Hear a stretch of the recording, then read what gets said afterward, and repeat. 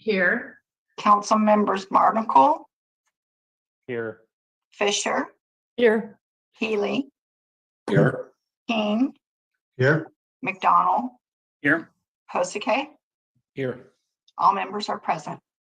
Thank you. And so we will now have the Pledge of Allegiance. I pledge allegiance to the flag of the United States of America and to the republic for which it stands, one nation, under God, indivisible, with liberty and justice for all. Now we're moving into our workshop on goals and priorities, and I will ask our city manager to kick us off. Thank you, Mayor. Patrick, would you pull up the PowerPoint? Ingrid will be sharing it. Yep, there we go. Excellent, thank you. So good evening, Mayor, Council, City staff, and Petaluma community. Tonight, City staff and I are proud to share with you the progress we've made on the work plan items we developed together 3 years ago. When we first came together in 2019, we set the stage to create a vision for Petaluma, the way we envision it for the future. We were aspirational, hopeful, and we built that foundation together. Since then, we've been refining our work plan based upon current trends, opportunities, urgent and immediate needs, and most importantly, in response to our community. While it's probably easiest to show what hasn't or still needs to be accomplished, it's important to acknowledge our accomplishments and how far we've come as a city since that time, since 2019. How much we've accomplished together in such a short time, to realize how often Petaluma is recognized as a leader based upon the work we are currently doing, to appreciate the impact of Measure U on ensuring core services like public safety, safe roads, well-maintained infrastructure for generations of Petalumans to come, and recognize that we now have the ability to strategize on where we focus and leverage our resources. It's a gift and a cause for celebration. Petaluma is leading. We now have the resources and we're well positioned to create a city that works for everyone. Tonight, we have the opportunity to refine that focus and target our energy so we are prepared for the future and the city our community wants and deserves. Ingrid, can you go to the next slide, please? So tonight, our agenda, this represents the first of 2 meetings. Staff will be providing the status of the work plan items council approved last August for the current fiscal year and the upcoming fiscal year 2023. We will walk you through how work is prioritized and why, and we'll also set the stage for council to discuss prioritization for the next 2 years. So tonight is kind of represents the first bite at the apple to get initial feedback on top priorities for the council. And we will be coming back on May 2nd, incorporating the feedback that we hear tonight and what we will hear from our committees and commissions in the next upcoming weeks, and bring back a proposed work plan for council to review and discuss. And with that, I'm going to introduce our assistant to the city manager, Patrick Carter, for the next few slides. Thank you, Peggy, and thank you, Mayor and council members. It's my pleasure to be presenting on this tonight, doing a little bit of the background about the goals and priorities, starting first with the fiscal year 22 work plan, a little progress report on that, and a little bit of explanation digging into it. So this pie chart represents the 58 items that were on the fiscal year 22 work plan. There's still several months left in this year, but this is kind of where staff sees it currently, with the majority of the projects, 57%, on track to be completed by the end of the fiscal year. But we see these yellow and red slices of that pie representing 38 and 5% respectively for projects that are not expected to be completed by the end of the year.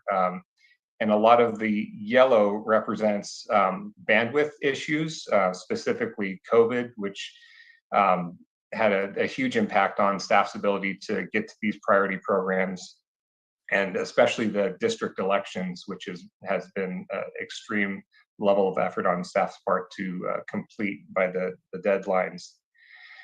Some of these goals represent being tied to other goals. An example is the general plan, which would need to be completed before some of these other goals can be completed.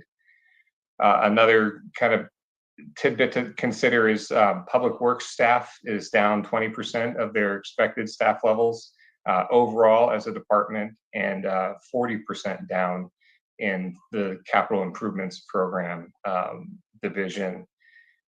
So that's due to attrition and just the positions that are needed to accomplish the work. There's significant lack of staff in there, but we're working on staffing them up.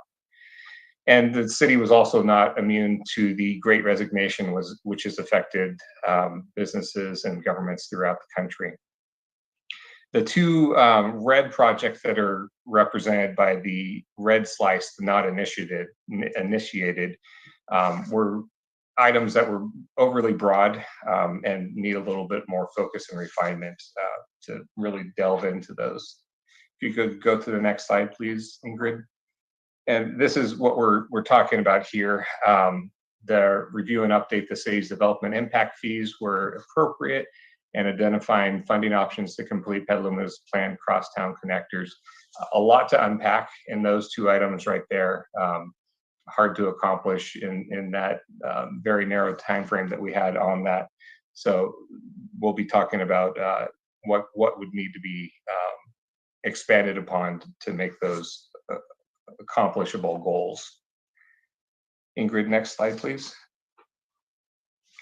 And then there's other goals in there that we consider ripe for combination or other streamline, and these all relate to the fairgrounds process, which we believe can be one discrete goal, kind of mixed all together and get that what really needs to be done on there out with that.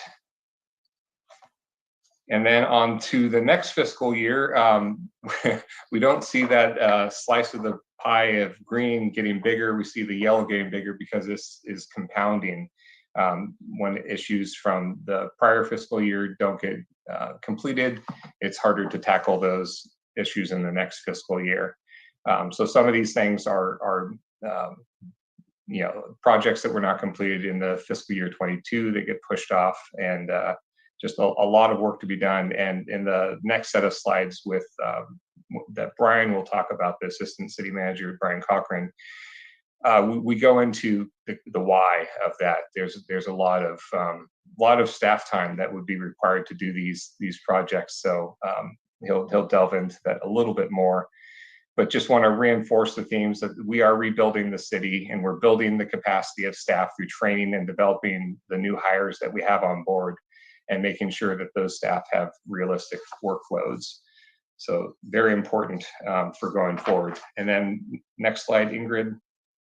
This last slide kind of demonstrates what we're trying to do as a city, moving away from this first pyramid there on the left, where we're just responding to emergency after emergency and kind of reactive in nature.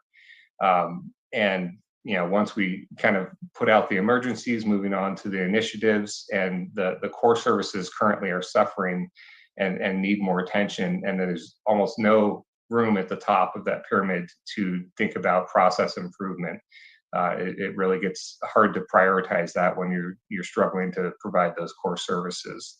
So instead, what we're trying to do moving forward with the help of Measure U and other resources that staff has available is really get that foundation of core services, then tackling the initiatives and putting more effort towards that improvement, and hopefully in an ideal world, dealing with fewer emergencies, especially concurrent emergencies like the drought, COVID, wildfires in the past. Hopefully those will be less issues moving forward, knock on wood. So with that, I'd like to turn it over to Brian to take over the next few slides. Okay, thank you, Patrick, and good evening, Mayor and Council members. Yeah, we wanted to dive into a little bit more on kind of the workload breakdown and talk through, really what it takes to both deliver the core services, but also really get into many of the initiatives that we've been working on in the past year, as well as projected to work on in the future, how many staff that takes, what our current capacity limitations might be. And so first wanted to just talk through, as a easy to digest unit of information, think about one FTE, one full-time equivalent, that's that abbreviation in the city, and really a breakdown of how their hours work out over a year. So in 1 year's work, we typically think of 2,080 hours as what an employee would have available. Through a variety of what you might call non-productive time, which is, sick leave, vacation, they may be out on training, they may have safety meetings, a whole slew of different things. Really, we're only talking about under 1,700 hours of productive time for that particular employee.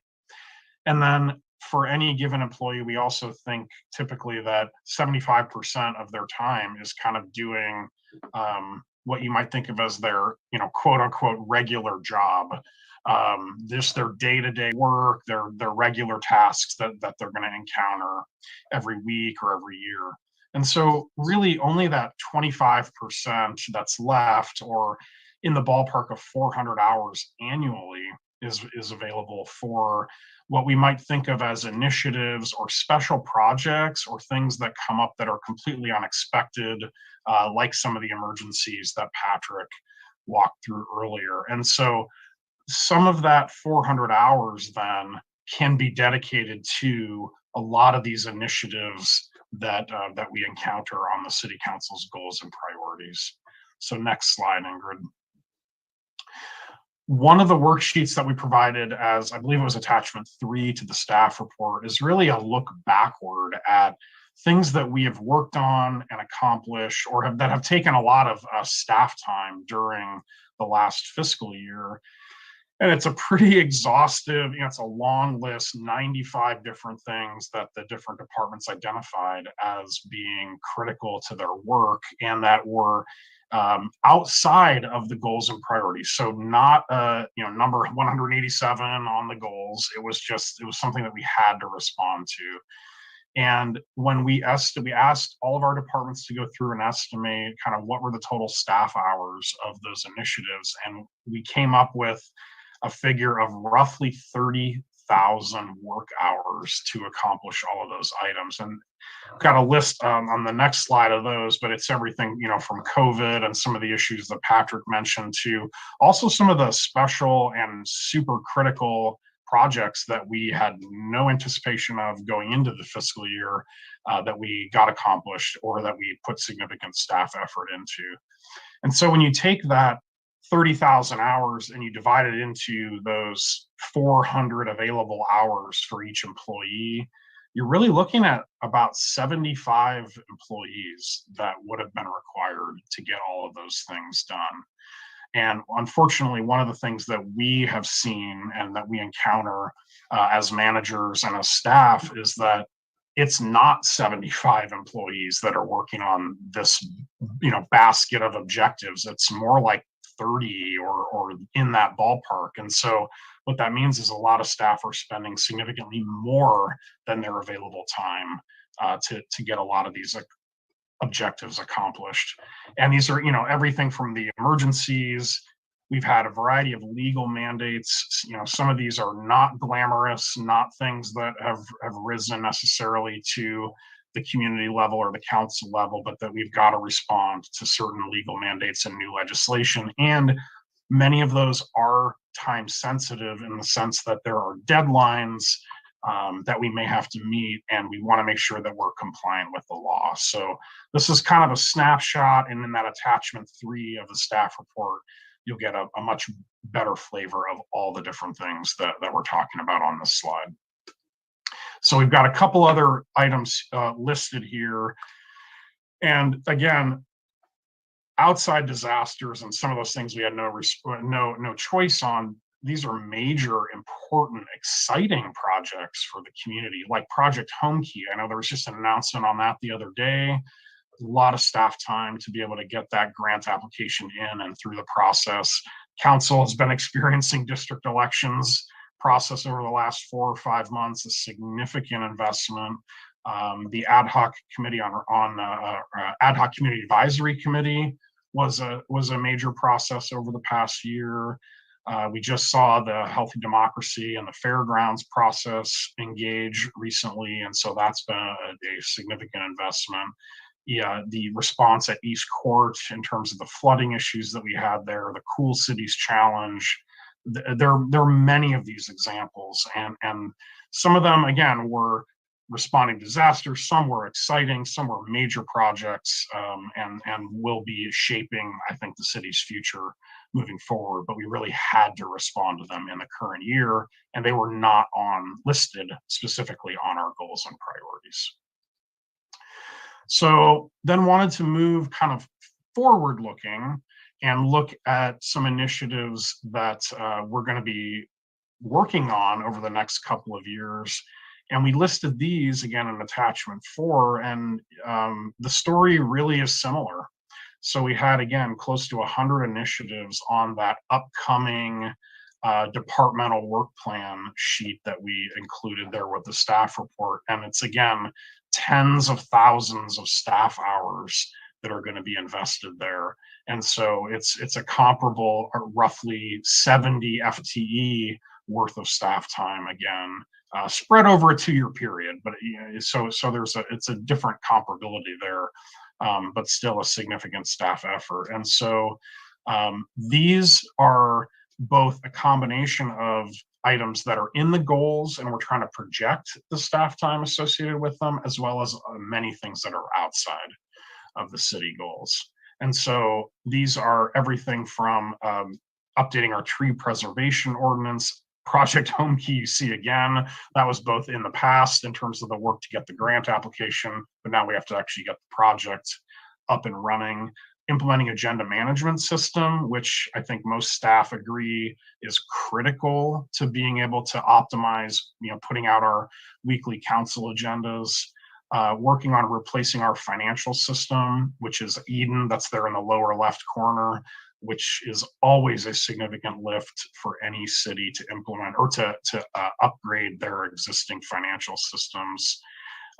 Working on some climate change initiatives like a fossil fuel burnout ordinance. I know that's not currently on the goals and initiatives, but we're proposing it as a major staff in time investment in the upcoming 2-year cycle.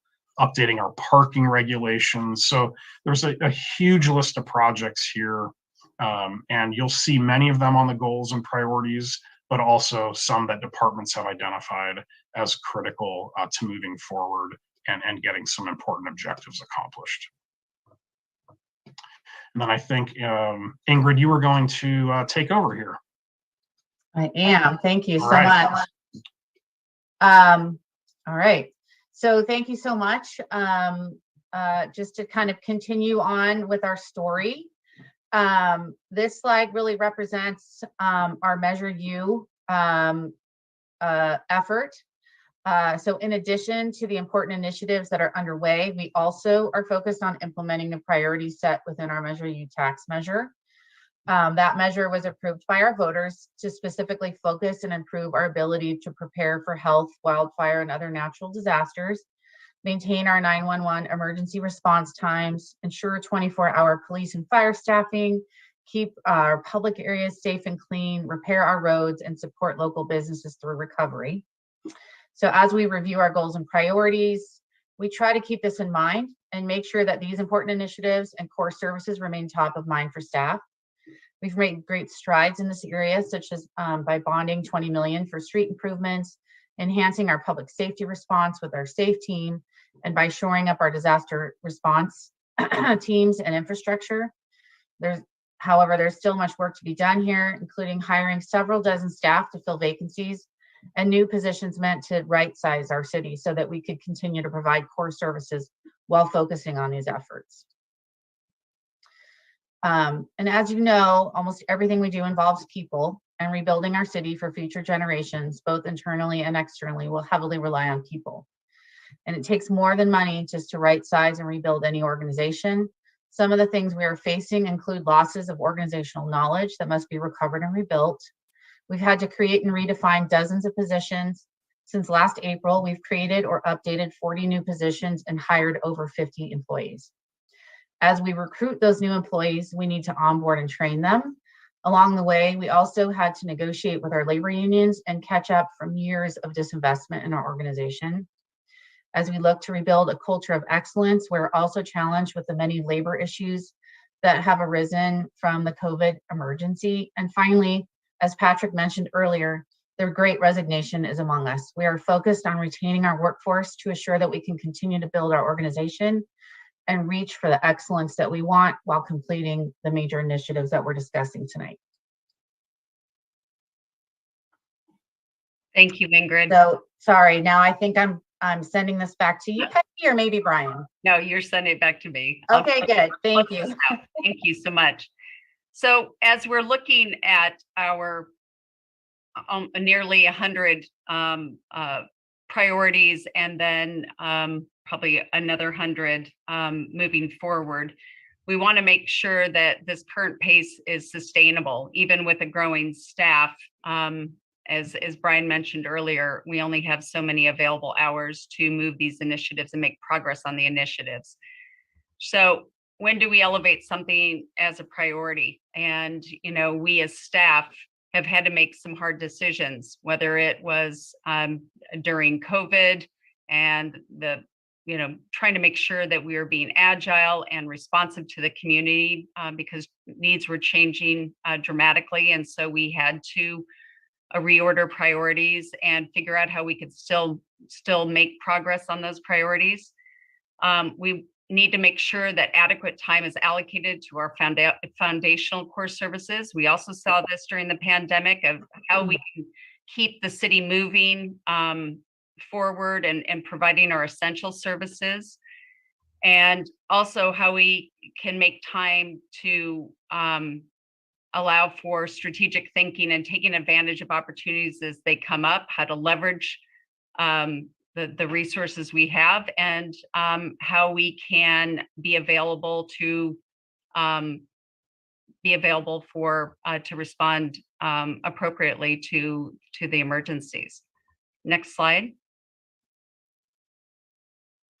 So for tonight, again, it's first bite of the apple. It's the first meeting, just to give you kind of an update, an overview of how we've prioritized some of the challenges that we're facing, but I want to have a robust conversation with the council.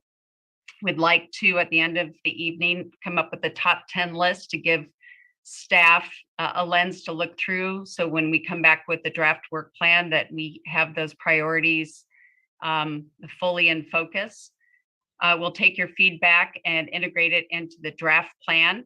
We will also, over the next few weeks, be taking that to the committees, commissions, and boards, to our ad hocs, and get feedback. So that draft plan will also reflect that feedback. And then any capital projects that we prioritize, there is another opportunity to look at those projects when we are reviewing our budget in May, when we bring back the capital improvement program, and would like to be able to look at any of those capital improvement projects that may come up as a priority tonight through that lens of the larger capital improvement program, because there are many important projects that we need to move forward as a city. So with that, I believe that's the last slide. And Ingrid, if you stop sharing, and Mayor, I'm going to turn this over to you to start that conversation. Thank you very much. Okay, that's a good background. I think staff has, in trying to explain how staff works, has set up, a limit for us to be looking at our goals with. And I personally really like to get the goals that we have already set completed. before we add more, but that doesn't mean I don't have more that I want to ask about. But I do want to know, I guess I would like to know, and I don't know if staff can really, we had the green, which sort of meant these will get done by the end of this fiscal year on the staff, in the staff report and attachments. But so the number that Patrick gave for what was actually going to be completed, you're not suggesting that anything more will be completed other than those. Is that right? That's correct, Mayor, unless something changes. Okay, all right. I just want to make sure about that. So that gives me an idea of the things that haven't quite gotten completed that I want to move up there. So, okay. And I just want to see if other people, I see Delinda has her hand up. Do you still have your hand up, Delinda? I just want to take a moment on that presentation just to recognize staff and to recognize what's been accomplished these last 2 years. It's extraordinary. And the fact that we are leading as a community and all the things we're doing as community members and as staff to put us in that #1 position where people are looking to us to say, okay, what are they doing and how do we follow along? And I just want to say I'm so grateful to be present here in the city at this time. And yes, thank you. Thank you for that. And I think, I think it was in my more awkward way trying to say a very similar thing, that we have a lot of things that have been accomplished. We have some things that are teed up to become accomplished soon. And what I want to get is I want to allow our city to actually meet the goals that we have asked them to meet, which they have been doing. And so, it is with that attitude that I want to, open this discussion for, anybody who has anything to ask staff about that presentation before we go to hear from the public, and then come back and talk about our own goals and what we would like to see staff try to accomplish by the end of the next fiscal year. And, none of us knows where everything is going. I think our city manager mentioned that last year was her first year without having an emergency shelter situation. The load that removes from the city is tremendous, but we just don't know. I mean, we're now in a situation where we don't know whether there will be something that will make us be that in that situation again. So with that, Councilmember Healy has his hand up. Thank you, Madam Mayor. So I just want to echo previous comments. Reading through the materials for tonight, I was really pleasantly amazed at how much we've actually achieved in terms of checking things off the list and getting things accomplished. And I guess going forward, I would be interested in, there are some projects that are 1,000 man hours, 2,000 hours, and there are other things that are much more discrete and simple. And I think we need to be cognizant of that in terms of how many things we put on the plate, because there are some rather simple, discrete issues that we can address that are not necessarily major staff commitments. So happy to have that conversation after public comment. Thank you. Okay, anybody else before I ask us to go to public comment? Okay, not seeing anybody. Oh, yes. No, that's public comment, people's hands up. Okay, so now I'm going to ask our interim city clerk if she has received any correspondence on this item. Madam Mayor, the city received 54 comments that have been posted online. Okay, thank you very much. And now I'll ask Patrick to please open public comment and see if there's anybody in the Zoom audience who would like to speak to goals and priorities. Thank you, Madam Mayor. Some members of the public have already raised their hands, so I'm going to share my screen. Other members wishing to speak on the goals and priorities, please raise your hand and you'll be called on in turn. You'll have 3 minutes in which to give your comments, at the end of which you'll be muted, or if your comments end before that time, you'll be muted then. Speakers are encouraged to be respectful. Threats of violence and obscenity are grounds for removal from the meeting. And please stay on topic, and off-topic speakers will be muted. So with that, we will start with Zaira and then followed by Lauren Mendelson. Zaira, you may unmute and begin your comments. Thanks, Patrick. I also will start off by thanking staff as well. I know that's a lot of hours, so appreciate what y'all are doing. I will go ahead and say that racism is a marriage of racist policies and racist ideas that produce and normalize racial inequities. And I want you to think about that as I continue my public comment. An example of that would be exclusionary zoning and the use of zoning ordinances to exclude certain types of land uses from a given community, especially to regulate racial and economic diversity. I also hope that you all took the time to read the NAACP Sonoma County statement signed by Black organizations within our county, along with the evidence that Black renters face the highest housing burden in Sonoma County at 68%. So when we talk about our most vulnerable frontline communities are oppressed through policy choices, and over the years, we've heard tenant stories. You all have heard tenant stories. Back in December 4th of 2017, we asked to put an anti-rent gouging ordinance on the agenda. You heard stories then. January 22nd of 2018, we came back to you again to ask for a just cause ordinance on the agenda. You heard the urgency to protect our tenants at that time of uncertainty. Well, it's 2022, and over the years, you have heard stories. You have plenty of data provided by Gen H Housing Report, Portrait of Sonoma, and Legal Aid Sonoma County with equitable solutions that have been presented in front of you. And I hope you also took the time to read my commentary that climate change increases renters' risks. A just cause ordinance can support renters in the face of climate change, because housing and climate change are directly connected.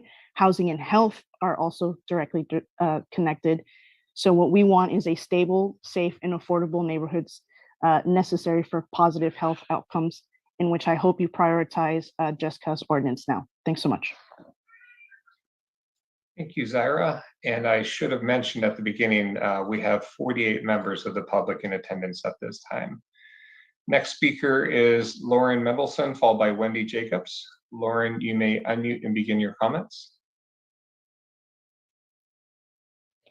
Good evening, honorable council members and staff. Thank you, everyone, for having this meeting today and for being here. My name is Lauren Mendelson. I am a Sonoma County resident. I'm an attorney working in the cannabis space with clients throughout the state.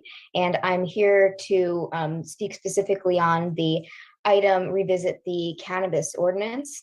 Although it's listed in the city's materials and referred to as goals and priorities number 221, I did just want to remind everyone that at last year's meeting, the city council voted to put that item in the top 5 priorities for 2021-2022.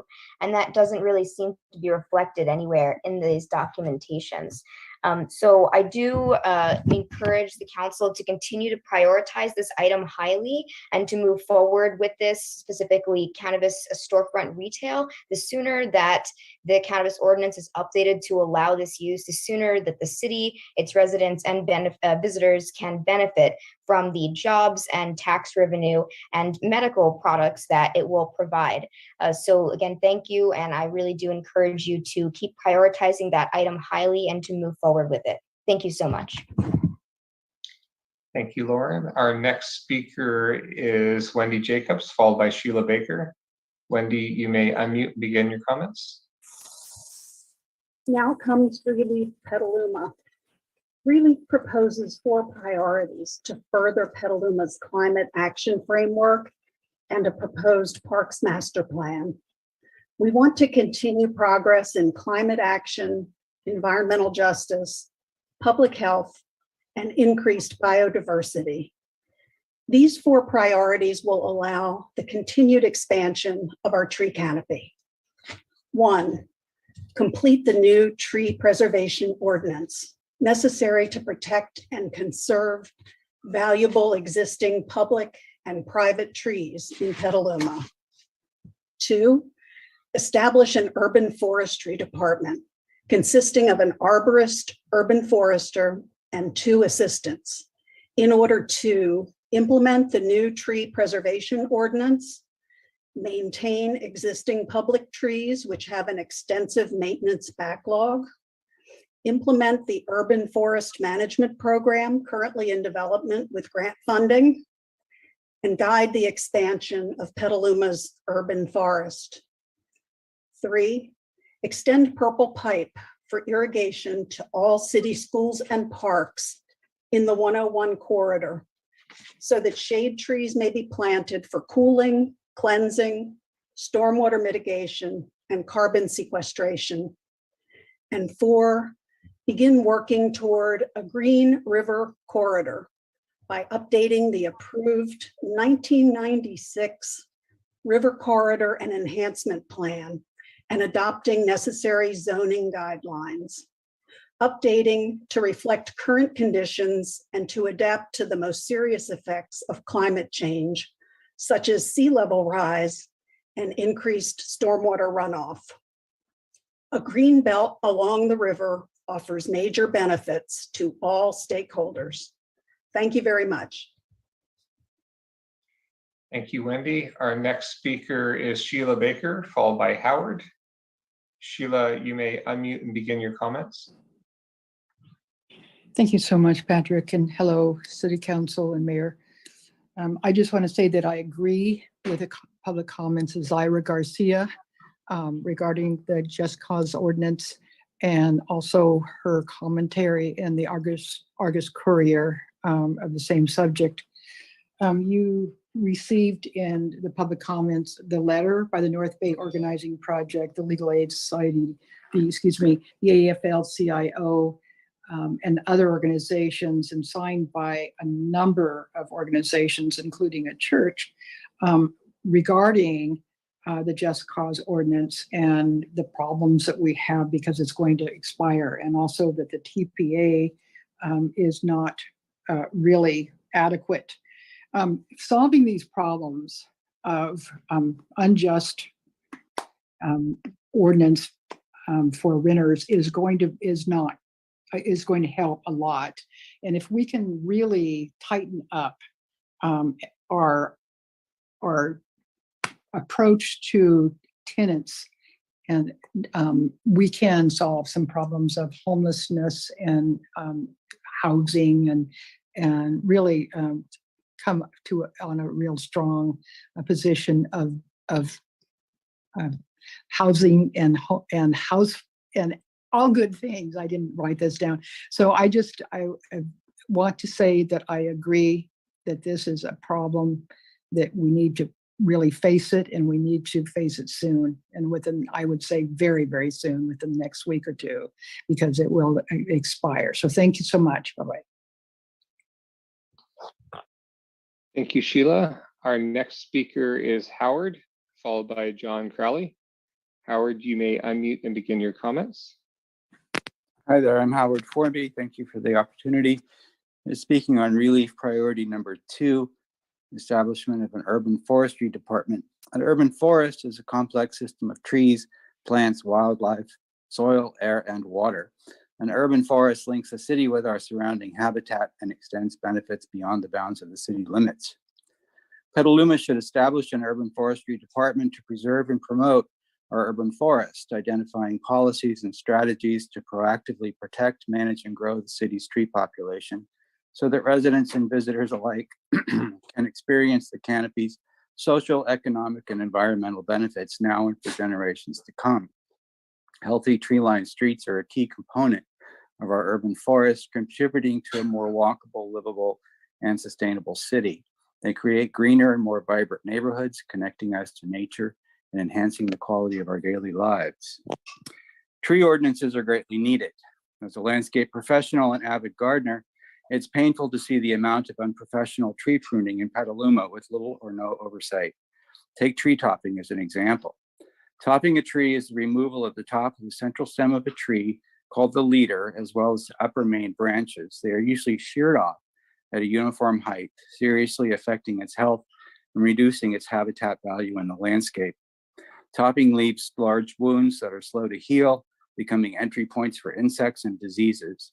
A strong urban forestry department will serve to educate our many landscape professionals in the right and proper way to care for our tree legacy. Please make the creation of an urban forestry department a priority in 2022 and help us realize an expanded, healthy, and thriving herbaceous forest now and for the future. And lastly, I'd like to speak on this city has a jewel in our midst, the northern reaches of the Petaluma River from Lynch Creek up into Denman Reach, and it's full of beautiful ancient oaks. And as far as I can tell, my personal opinion, it's near as any pre-contact land in this valley that still exists, and it needs to be protected. Thank you very much. Thank you, Howard. Our next speaker is John Crowley, followed by Kate Greenspan. John, you may unmute and begin your comments. Thanks, Patrick. Council members, mayor, and staff. I have 5 items that I'm going to squeeze into 3 minutes. The first 3, and I'm not joking about it, are climate, climate, and climate. I can't stop kind of thinking about that movie we all watched recently called Don't Look Up. I'm sure you've all seen it. That I think at some stage in the future, we're going to be wishing that we did more now. We have the time. I know we passed an climate emergency a couple of years ago. It's just, I don't think we're really doing enough. And I'd like us to put more climate actions on the table. 4th item is ranked choice voting. I know we're moving towards district elections, but we really have to keep ranked choice voting on the table, together with a rewrite of our near 80-year-old city charter. There's some language in there that really needs to, well, the whole thing needs to be taken a relook at. Thirdly, it's kind of along the river and the trestle. It would be nice to spend some time on the trestle, which is at the heart of our downtown. We're trying to encourage walking and biking in our town. It would be nice to have something to actually walk on. Probably about half of our town don't realize that at some stage, it's probably 10, maybe 15 years ago that it was closed off to the public, and it would be nice to put some attention towards that. Thanks very much. I know you're doing a great job. Thank you for all your time that you put into this. Thank you again. Bye-bye. Thanks, John. Our next speaker is Kate Greenspan, followed by S. Kirks. Kate, you may unmute and begin your comments. Hi, thank you so much. Good evening. I fully support all of Relief Petaluma's recommendations. We're so lucky to have this organization here in Petaluma. And I also want to echo calls for the preservation of the old growth forest along the North Petaluma River. These are super critical issues to meet our climate goals. As a resident of Midtown, I also want to bring up a few quality of life issues in my neighborhood. Midtown lags behind the rest of the city in safe and accessible parks and open spaces. The Kenilworth Revitalization Project will be a huge benefit to this neighborhood and more broadly to the whole city. I hope this project becomes a top priority this fiscal year and receives the attention and funding necessary to make it into something really great. That said, a parks master plan should be a goal set to be completed as soon as possible. A master plan can create a framework to implement the priorities of the community as laid out in the general plan. I also am really glad to see the Cedar Grove property listed as a priority for the 2023 fiscal year. The last fire on the Cedar Grove property that destroyed the historic turnstile house on January 31st, 2022 should be a wake-up call for fire safety and lack of emergency access. I hope this priority remains on the City Council's radar. I know there are a lot of really important issues facing our city right now, and I thank city staff and the council for their time and effort. Thank you so much. Thank you, Kate. Our next speaker is S. Kirks, followed by Recusin. Susan, you may unmute and begin your comments. I'd like to support Zaira Garcia's comment on the Just Cause ordinance. I also submitted a written comment in that regard, and I do hope that the council will prioritize that for as soon as possible. I'm interested in the comments, especially recently, about the North River area, the untouched land, the Denman Reach, the river corridor. And I'm interested in that because that's an area that I and Paula Lean Action Network and also Madrone Audubon have been focused on generally west, north, northeast, and northwest Petaluma for many, many years. So what's relevant to that is probably not a very heightened awareness of our advocates about the connectivity and the habitat, which I love hearing the word habitat repeated a lot, with the wildlife corridors and crossings that we have here in Petaluma. And that is now mapped and available for the General Plan Advisory Committee, which brings me to number 209 on your current list, Paula Lane Nature Preserve, which is a project of Paula Lane Action Network with truly dedicated volunteers and service providers by 2019, documenting over $500,000 toward a required one-to-one match for the grant of $1,050,000 that was provided to Plan and the city as grantees in 2012. 80% of the project was complete and only 6 months were left to complete the project. At this time, because of the very unfortunate and heartbreaking habitat destruction and damage the city has caused, whether intentional or not, displacing a special status mammal that is very important to the Petaluma local wildlife population, it seems to us that it would be wise to consider a property title transfer to relieve the city of liability and responsibility and allow the project and amenity to be completed and provided both to our educational community, all of the 60 to 80 households in that area, and the neighbors who have been complaining or had some issues.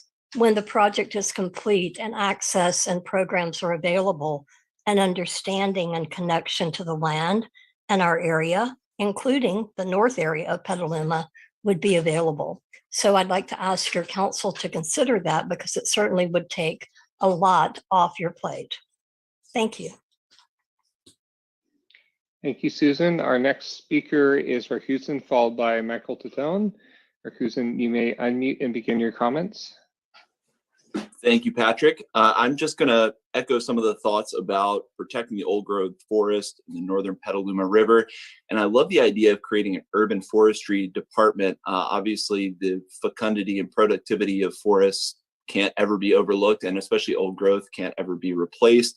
And it serves as a habitat both for mammals, reptiles, insects, and also fungi. When we think about fungal diversity, obviously forest health is inexorably linked to that. And as a note there, I encourage staff, and I can actually send an email about this, about the Sentinel Tree Program for the U.S. Forest Service, which may be a potential avenue to generate some funding for any proposed urban forestry program. The exact goals and purposes of the Sentinel Tree Program aren't exactly the same, but I think there's funding opportunities there, and we can definitely meet the requirements of that program of monitoring certain tree species in the urban area. Along those lines, just thinking about overall soil health, which obviously plays into forest health, ecosystem health.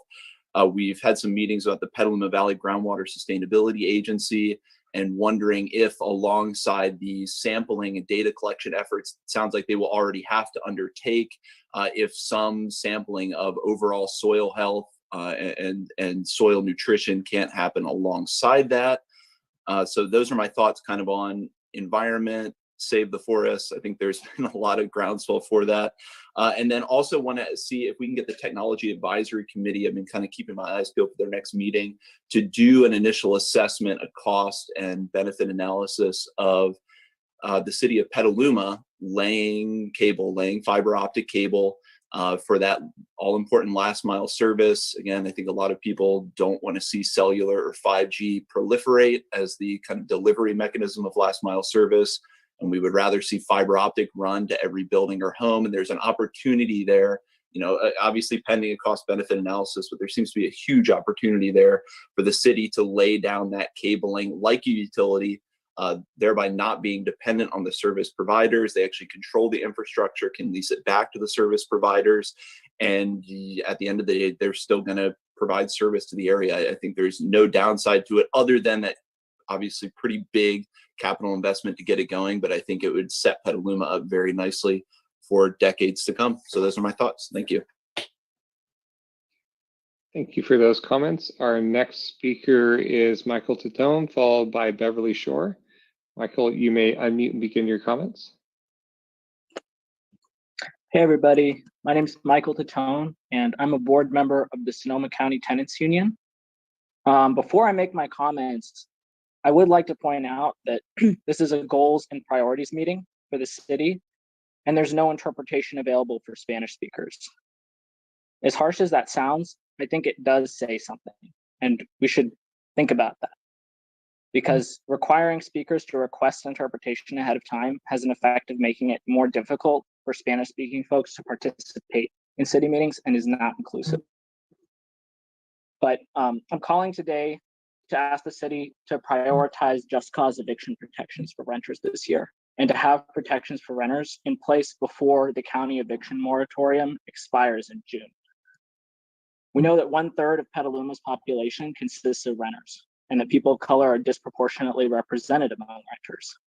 I ask that City of Petaluma adopt guidelines that promote community stability, equity, the right to a roof, and affordability for renters by controlling evictions, especially arbitrary evictions, as much as possible under California law. We need to close loopholes such as the Ellis Act eviction loopholes, which allow landlords to evict tenants, raise the price of properties, and threaten to make Petaluma a more unaffordable place to live. And I know we've spoken a lot today about prioritizing core services for cities, but considering how large of a population renters are in Petaluma and the approaching rent cliff that we're facing in June, I believe that holding off on this could be really disastrous. So I really hope that the city has the wherewithal to address the emergency that we're all facing. And not all cities are facing it. Petaluma has an opportunity to be the first city to have just cause eviction protections that get ahead of the county eviction moratorium expiring. So I think this could be a really big step. And of course, less accessible housing market means more commuters. More commuters means more carbon emissions. So this is also about the environment. I'd just like to close by, thanking the city for listening, and I hope that you're open to the idea that, this is about, livability and about, prioritizing the citizens of Petaluma as much as it is making sure that the core services of the city work. Thank you. Thank you, Michael. Our next speaker is Beverly Shore, followed by Noah. Beverly, you may unmute and begin your comments.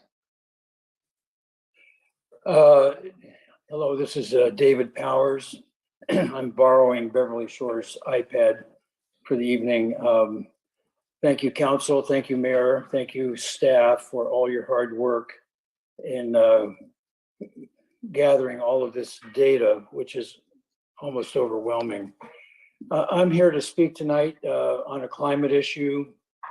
I would like to speak to the relief priorities, and that is the purple pipe issue, which I know is complicated, but I think we need to address it. Planting 152 trees in Wiseman Park this coming April, just 3 weeks from now, will be successful for just one simple reason. These trees are watered with recycled water from the Ellis Creek facility carried by Purple Pipe. Thanks to Purple Pipe, these trees will thrive and grow. Putting Purple Pipe in the ground is not terribly exciting. It's not zippy like a new electric truck, but it is a critical ingredient in helping us achieve climate neutral 2030 by increasing our urban canopy and also realizing Relief's goal of planting 10,000 trees in the city. Arroyo and Miwok parks near Wiseman also have purple pipe. Both these parks have approved tree planting grids. Adding these parks to the list, begun with Wiseman, will help the city's canopy grow by another 75 trees. It's critical that an annual purple pipe expansion program become fundamental to the city's infrastructure growth plan over the future. Simply put, more purple pipe means more healthy trees. It means that other East Side parks, schools, and landscape assessment districts will come online and help further expand Petaluma's urban canopy. Doing this means adjusting the balance of environmental equity in our community. It's infrastructure for the future. So it's not sexy, and it won't ever be a tourist attraction, but our grandchildren will begin to reap the benefits, as will the strengthened biodiversity of our natural habitat. When we ask ourselves what we did to offset climate change, we should at least be able to proudly say that we put the pipe in the ground that made possible the trees under which our neighbors of tomorrow are standing. Thank you. Thank you, David. Our next speaker is Noah, followed by Dara Olant. Noah, you may unmute and begin your comments.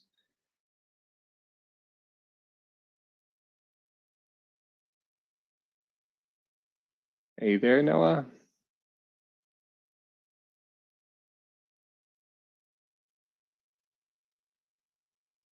Not hearing you, so we will try coming back to you after Noah. Dara Olant, followed by Lena Blanco, or Noah. We'll see what happens. Dara, you may unmute and begin your comments. All right, good evening, Mayor, City Clerk, Council members, staff, members of the public. My name is Reverend Dara Olant, and I serve as the Minister of the Unitarian Universalists of Petaluma. Our congregation just purchased a historic building. We've been renovating at 16 Fifth Street. I'm here tonight as a person of faith and to also speak from a context of neighborliness as a person of faith. I lead a faith community that supports the inherent worth and dignity of all people and the interconnected web of existence. And I'm here to speak, as some others have already done, to ask that the city take into account the ways in which safe housing respects the dignity of individuals and families, the way in which so many of us want a city that uplifts and dignifies all of us. And so therefore, I'm here to urge the priority of the City Council and city managers to prioritize the Just Cause Protection Ordinance this fiscal year. I think Michael spoke to this and a few others, but really looking at closing that Ellis Act eviction loophole situation. I'm sure so many are aware, and I certainly see working with diverse members of the general public, the impact of skyrocketing rents and how hard people are working and the way in which the precariousness of the pandemic has deepened already existing divisions in people's lives. The city, if it lacks adequate, safe, and affordable housing, we're looking at a deepening experience of homelessness and being without a house. So with this eviction moratorium expiring in a few months, I'm deeply concerned that landlords will find ways to evict people that are certainly in a very vulnerable position. I think that Petaluma has a practical and visionary opportunity to be the first city in Sonoma County to create an ordinance that ensures a right to housing before the eviction moratorium expires. And I think that this could make such a practical difference in people's lives. I can tell you that I receive calls as someone in the community that's visible about how to help people who are on the margins. And I just really have a sense that this could be such a powerful and important step to take. I believe that in June of 2021, the City Council voted to prioritize just cause. And so I urge this commitment to stick now. We know that the pandemic has exacerbated hardship for the most vulnerable, and that every Petaluman certainly deserves a roof. Thank you so much for your time and your hard work. Thank you for those comments. We'll try going back to Noah. Noah, can you unmute? Can you hear me? Yes, we can. My name is Noah, and I am a board member with the Sonoma County Tenants Union, as well as a hotline counselor for our Tenants' Rights Hotline. I am here urging this council to protect tenants' rights by prioritizing the strongest possible just cause eviction protections and a definitive closure on the Ellis Act loophole. Both our union and our hotline span across Sonoma County, and we take calls every day from tenants who are being exploited by landlords, property managers, and corporations. Many of these tenants speak a language other than English, and I want to echo those and name as well that there is no interpretation option for any language besides English, so tenants speaking those language can hear how your plans will affect them. I want to teach you all how this feels. Ua lehu amano mano ka ikena a ka kanaka. What we hear when we counsel are not the kinds of stories a person forgets or writes off. I know more than one case in Petaluma where a tenant has told me how their landlord evicted them under the excuse of the Ellis Act, forcing them to move to a hotel or other sudden accommodation. Suddenly, after everything they're already going through, that same tenant sees the property listed for an even higher rent. Or we hear about a tenant who has been unable to make ends meet because of a pandemic that none of us can wish away or ignore. Suddenly, rent goes from 30% of what funds they have to double that, until it's the point where people have to start deciding which necessity they have to give up to keep a roof over their head. It's a slap in the face to tenants experiencing that. And as our open letter stated, a disproportionate amount of Petaluma tenants are Black, are Indigenous, are people of color, are disabled, are workers, and are the same people who line the coffers of this town. These are the people you rely on every day. The county protections are set to expire in a matter of months amidst increasing threats of COVID variants, economic fallout, climate disaster, and more. So we remind you of your promise to do right by tenants, which was made for all to see last year. You must make good on it. I yield the remainder of my time. Thank you, Noah. Our next speaker is Lena Blanco, followed by Margaret De Mateo. Lena, you may unmute and begin your comments. Good evening, City Council members, City Manager, and the Mayor of Petaluma. My name is Lena Blanco, and I'm a Sonoma County tenant representing the North Bay Organizing Project and the Sonoma County Tenants Union. I want to start by echoing Michael and Noah's comment and ask for a minimum commitment to language justice, a commitment to language justice that at minimum provides Spanish interpretation for public meetings like this. 20% of Petaluma's residents are Latinx. And if we're talking about setting priorities for our community, this is essential. I stand with my neighbors to urge Petaluma City Council and the City Manager prioritize and make good on their vote last year to prioritize a strong just cause ordinance this fiscal year and close the Ellis Act eviction loopholes for good. On March 9th, like my neighbors have said, we submitted a letter to the City Council documenting the dire need for eviction protections this fiscal year. And in that open letter, I mean, I heard a lot of you talking about labor and this labor crisis we're enduring. And in that open letter, one former city employee shared her story of enduring an Ellis Act eviction, and she was priced out of California completely. So frankly, Petaluma residents cannot afford to stay in their jobs if they can't afford to live here. The rents are skyrocketing in Petaluma, up 14.5% last year alone, and the city lacks adequate, safe, and affordable housing now.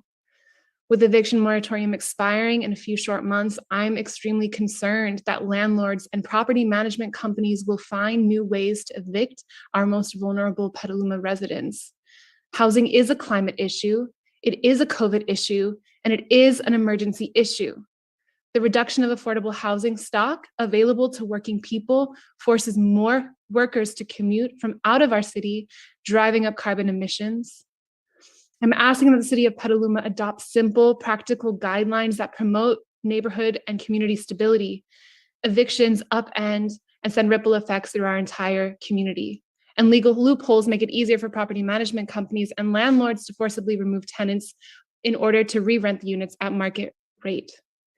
We are living in a climate catastrophe. We are living in a pandemic. Now, to endure this reality without a roof over your head and to force someone out of their home amid these compounding crises is an act of violence. Petaluma could become a model for the county and the state that others will look to. You have the responsibility and the power to set forth just cause ordinance and close the Ellis Act loopholes for good. We must ensure that every Petaluma tenant has a right to a roof. Thank you. Thank you, Lena. Our next speaker is Margaret De Matteo, followed by Cinda Gilliland. Margaret, you may unmute and begin your comments. Good evening, council members and city staff. My name is Margaret De Matteo. I'm the housing policy attorney at Legal Aid of Sonoma County. Tonight, I'm speaking for myself and for Legal Aid of Sonoma County. I am a recent transplant, I'll admit it, from the Bay Area up to the North Bay. And I just want to echo, well, I want to thank you all for your time. I want to echo the compelling commentary we've heard tonight regarding the need for just cause protections, and let you know I feel super grateful to live here. I spent my career as an attorney working in a jurisdiction in San Francisco where they had very strong tenant protections. I've seen how these protections keep the most vulnerable tenants housed and off the streets. I've personally been priced out of a city to the East Bay, and finally lucky enough to have a family friend in Sonoma County offer my family and I a place to rent that we could actually afford. We had been looking for a long time, and it wasn't going to happen otherwise. I know what the long commute does to the environment. I've made the long commute. You know, people driving in and out, we know the backup in Petaluma. That's what happens when tenants are displaced from their homes. They have to make a decision about whether or not they're going to keep their home and have a commute if they're going to have to move to a place most likely that they can afford, which is not Petaluma or Sonoma County for that matter, and then commute back into the place that they used to call home to keep their job. If we want to prioritize the climate, which I've heard a lot of tonight, we have to prioritize housing as well. And I think, you know, Michael did a really great job of expressing our concerns. You have our open letter.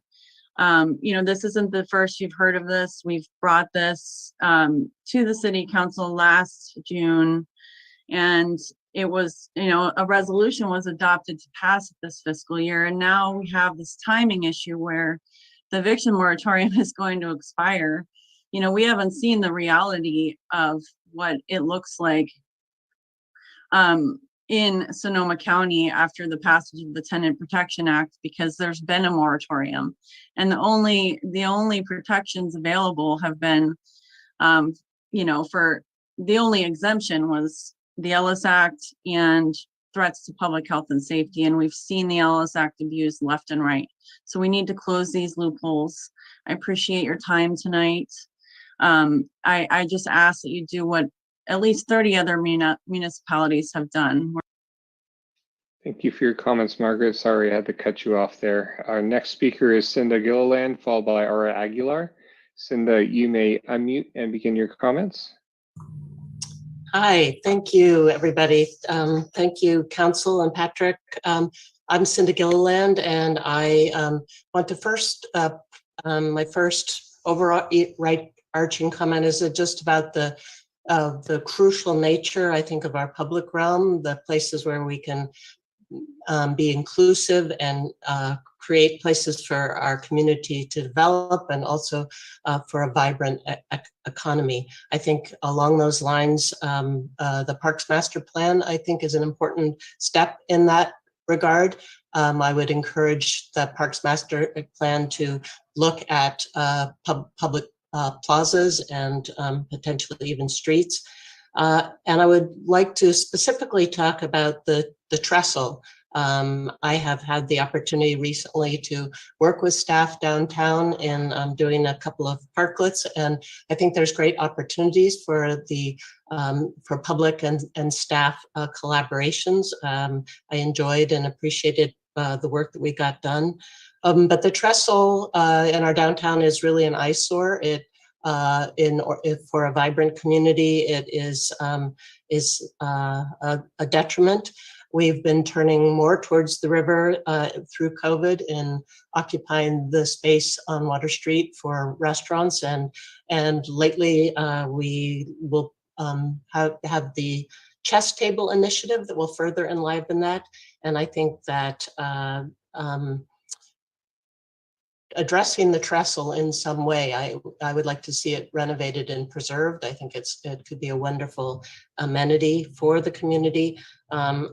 And I think that the city can lead the effort with SMART to have a discussion about how to make that happen.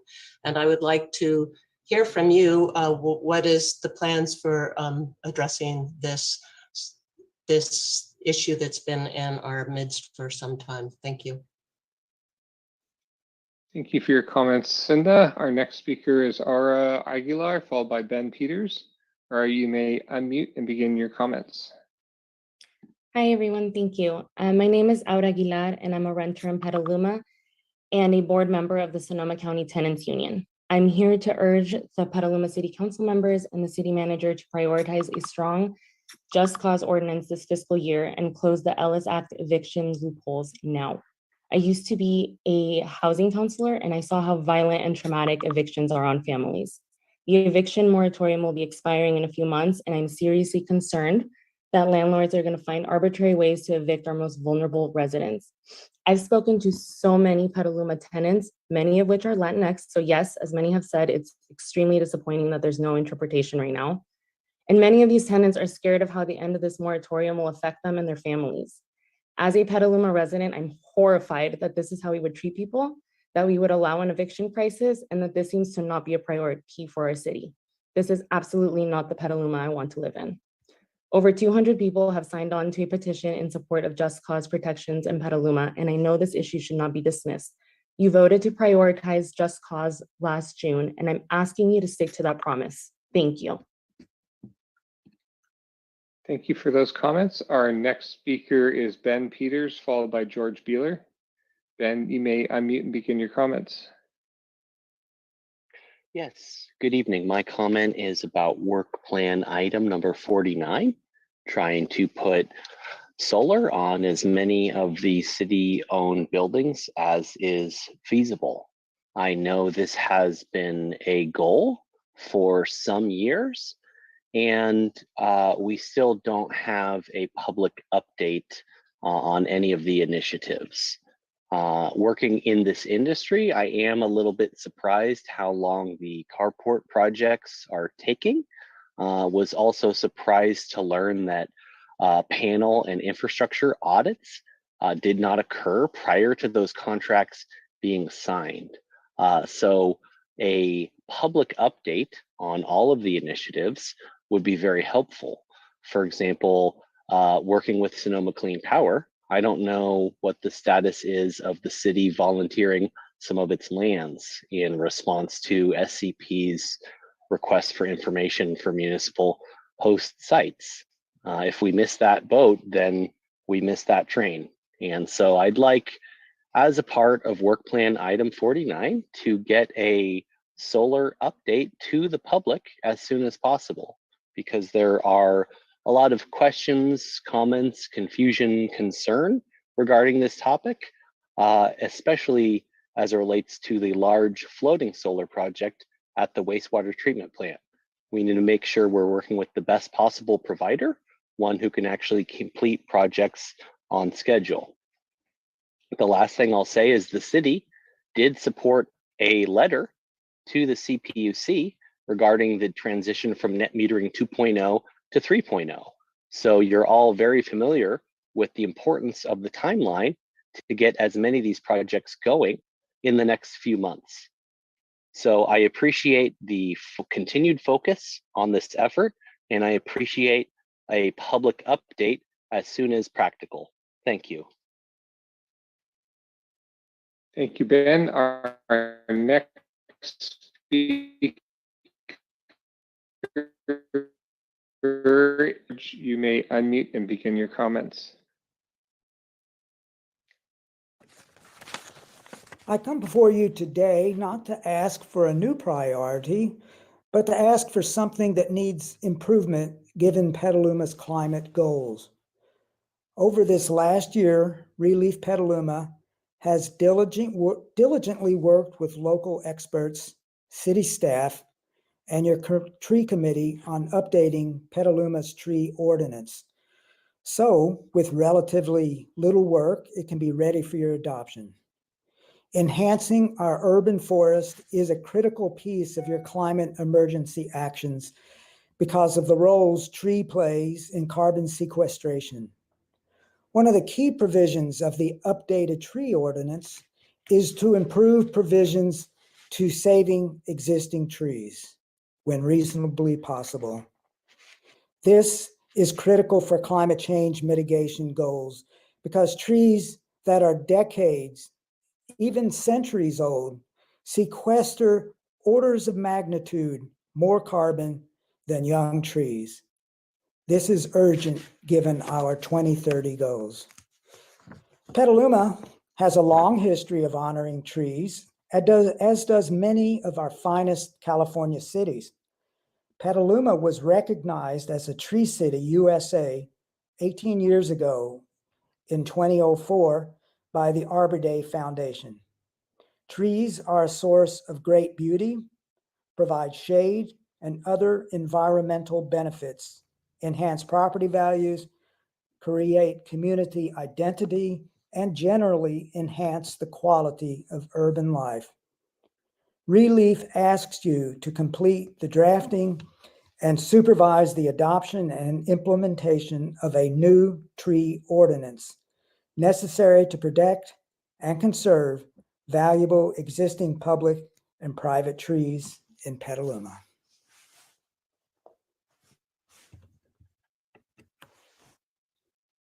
Thank you for those comments, George. Our next speaker is Rachel Marcus, followed by Sonoma County Tenants Union.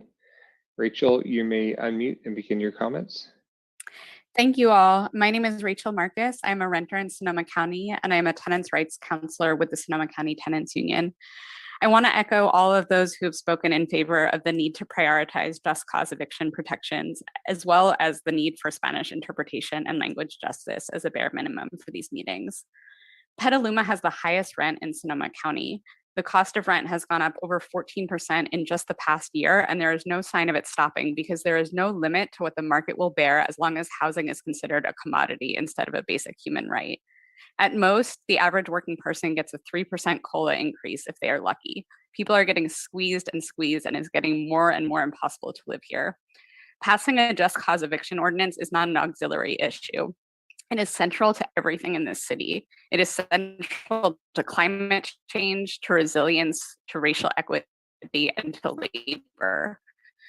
Passing tenant protections is a first step to ensure that Petaluma has a fighting chance of we can pass just cause eviction protections even without pursuing rent control at the same time.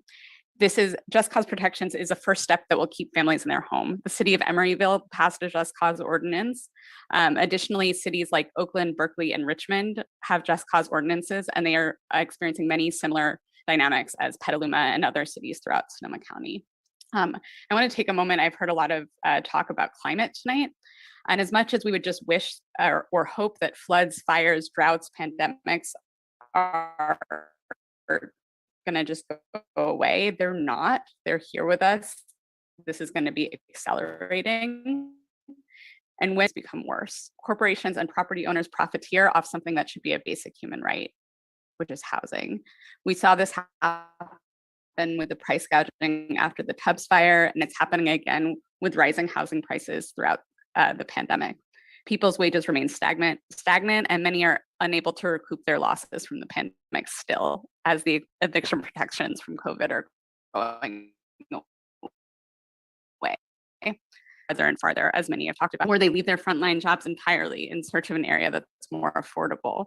The fabric of the community changes, units remain vacant because they're more profitable for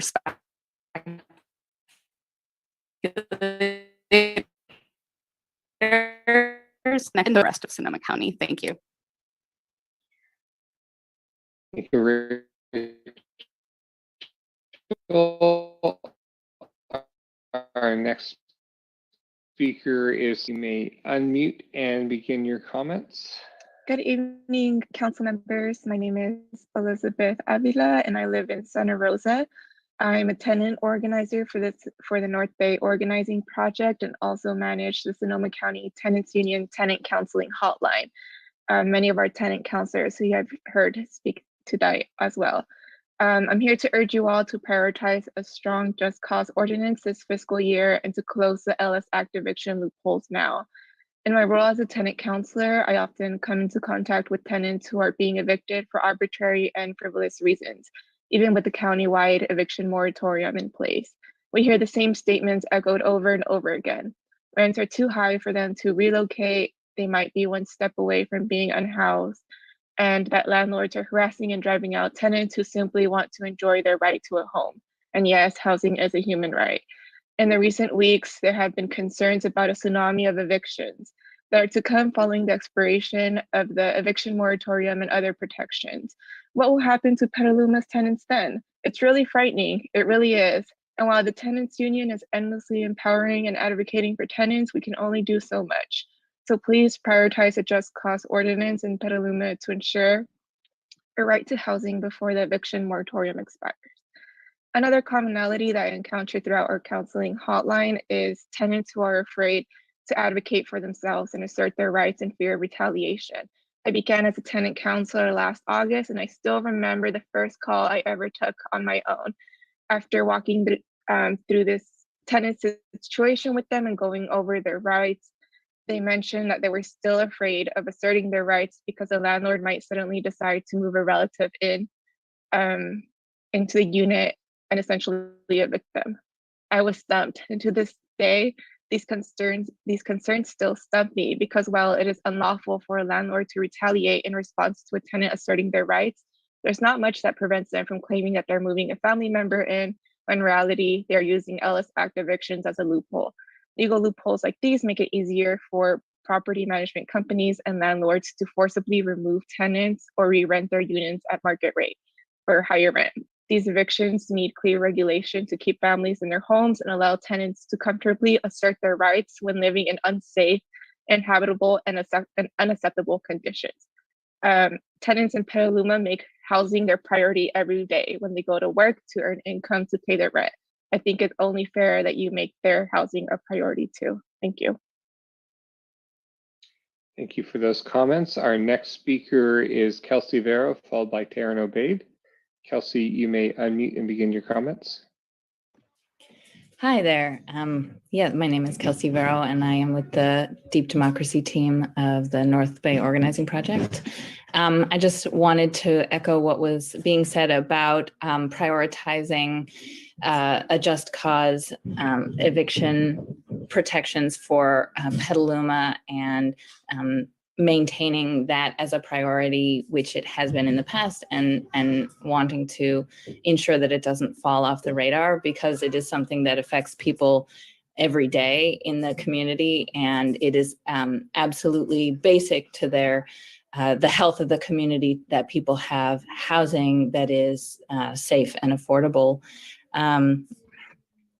What people have said about it being a human right is absolutely true, and we see many ways in which renters are sort of left to just figure out their own, what protections they have, where they can get legal advice, how they can fight back against loopholes being abused. And we see community members and activists like the Tenants Union stepping in to fill that hole, but government in general can be prioritizing those most vulnerable people rather than the profit-making part of that housing. And it's not a form of charity to do so.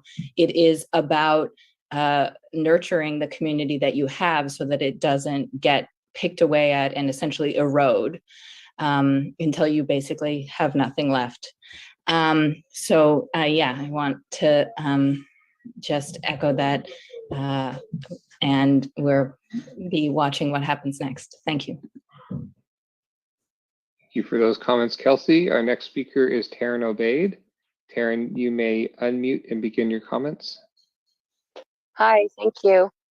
Realizing that our city has really stepped up to be leaders to fight climate change and take responsibility for our city here and what we do in our city. It's in that discussion and all the good work we've done, it's gotten really clear that it's a simple equation. On one side, we need to reduce our carbon emissions, and we're doing a lot of good work for that. But the other piece of it is carbon sequestration. And I want to express it. I think that this tree ordinance, while I support it very much, I see that it's scheduled for approval by the end of the year. I've attended a lot of tree committee meetings, and it looks to me like it's pretty much ready to go. I would like to encourage the City Council to please put additional resources to take a deep look at what it will take to do this ASAP. And I ask this respectfully, please, because trees keep getting cut down. I don't know why, but some just got cut down downtown this past week. I think our tree ordinance should protect trees, a wide or a broad set of trees by type, because we're in an emergency. We've lost so many trees, and we suffer an unfortunate lack of tree canopy. We're on par with Vallejo. That doesn't sound good to any of us. So I think we need to broaden our set of what we consider to be protected trees, at least on an emergency basis. And I think we should also incorporate all the good comments about, hey, we have an old growth forest in the middle of our city. How many other cities have an old growth forest? That's really amazing. Unfortunately, this forest could be cut down. It's not protected right now. But with this ordinance, it can certainly be protected as a stand of trees. I've had a conversation with some tree committee members about this. It's entirely possible to protect that forest. And as a previous commenter said, and we pretty much are all learning quickly, forests kick butt when it comes to sequestering carbon, much more than individual trees. It's not a case of 1 + 1 + 1 + 1 tree = 4. It's more like add it all up and it equals 20. It's really important to protect that forest and to protect more of our trees. So please expedite that. Thank you.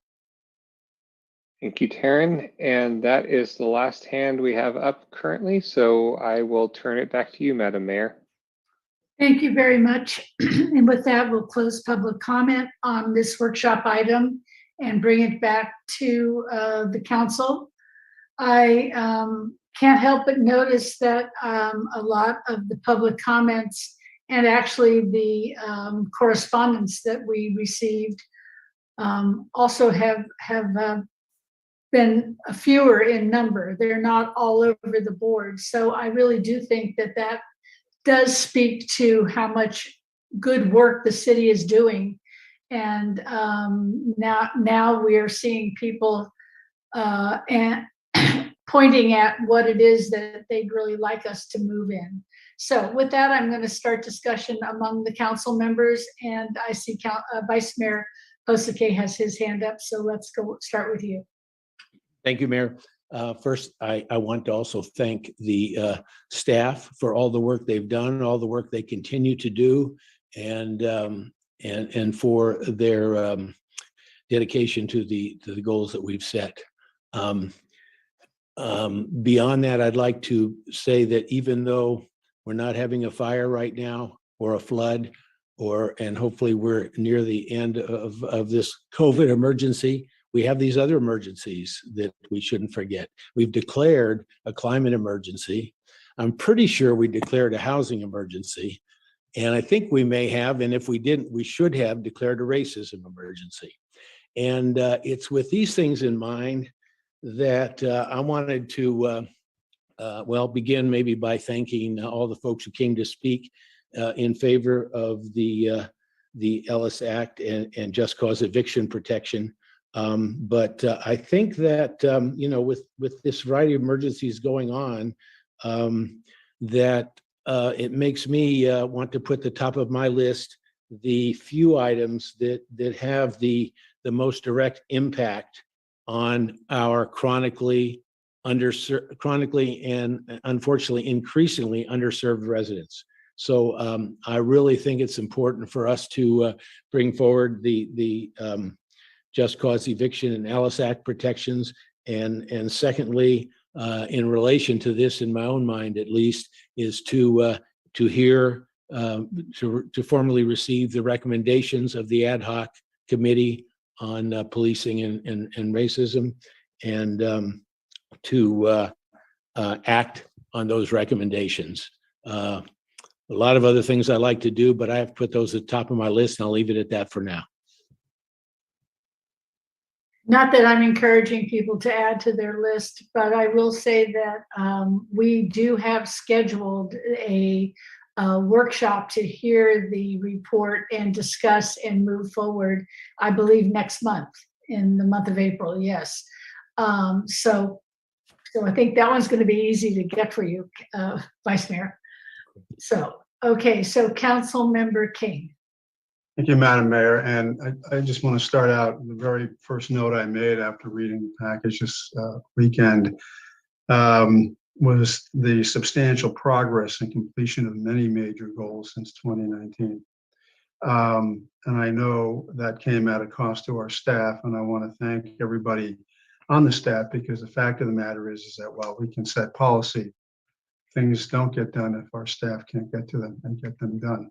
And there is a long, long list of accomplishments, goals set and goals met. And so I wanted to make that comment as well. I know many of my colleagues have said that so far, but I think it should be said by all of us.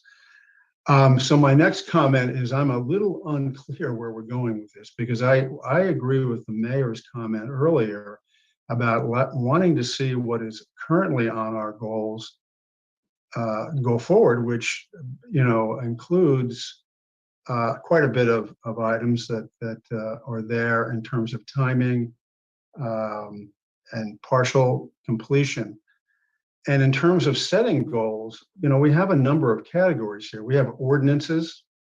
So that, among other locales, comes through legal department. We have capital improvement projects, which is a combination of departments.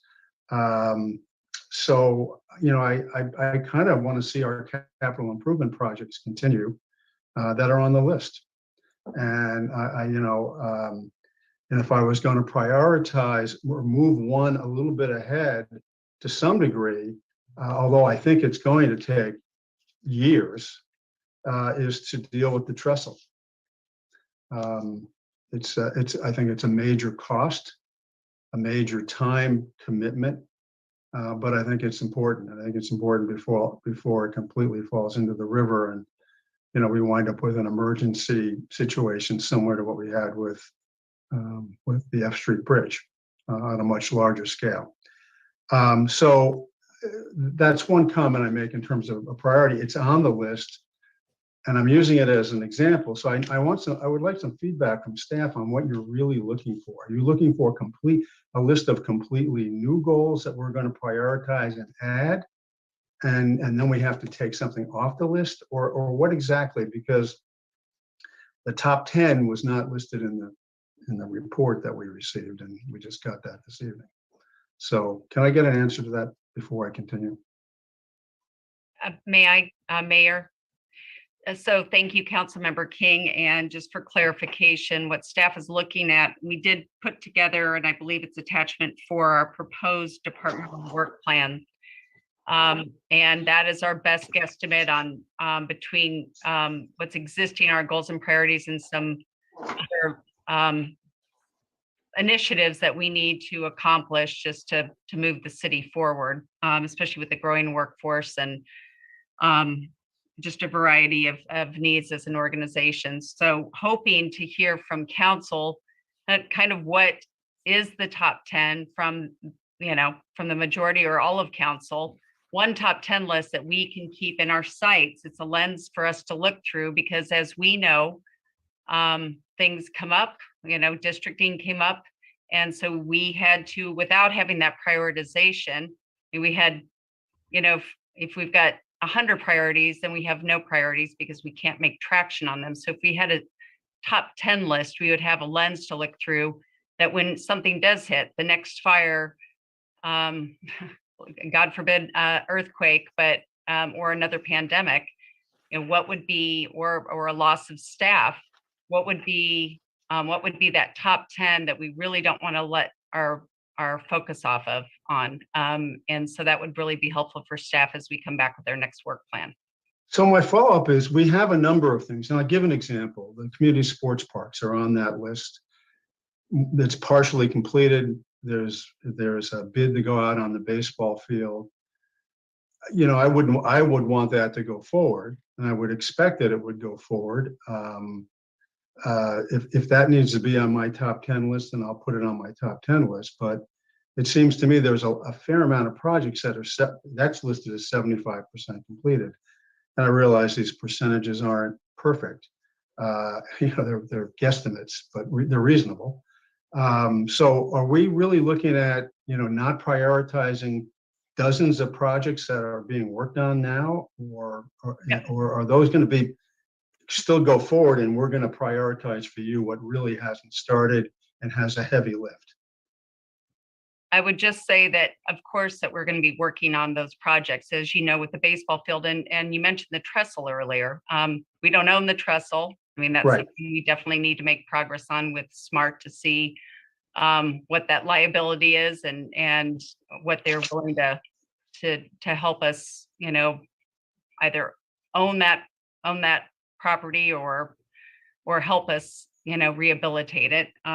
So we need to start those conversations, but we do need that kind of top 10 list of what are those items that we definitely don't want,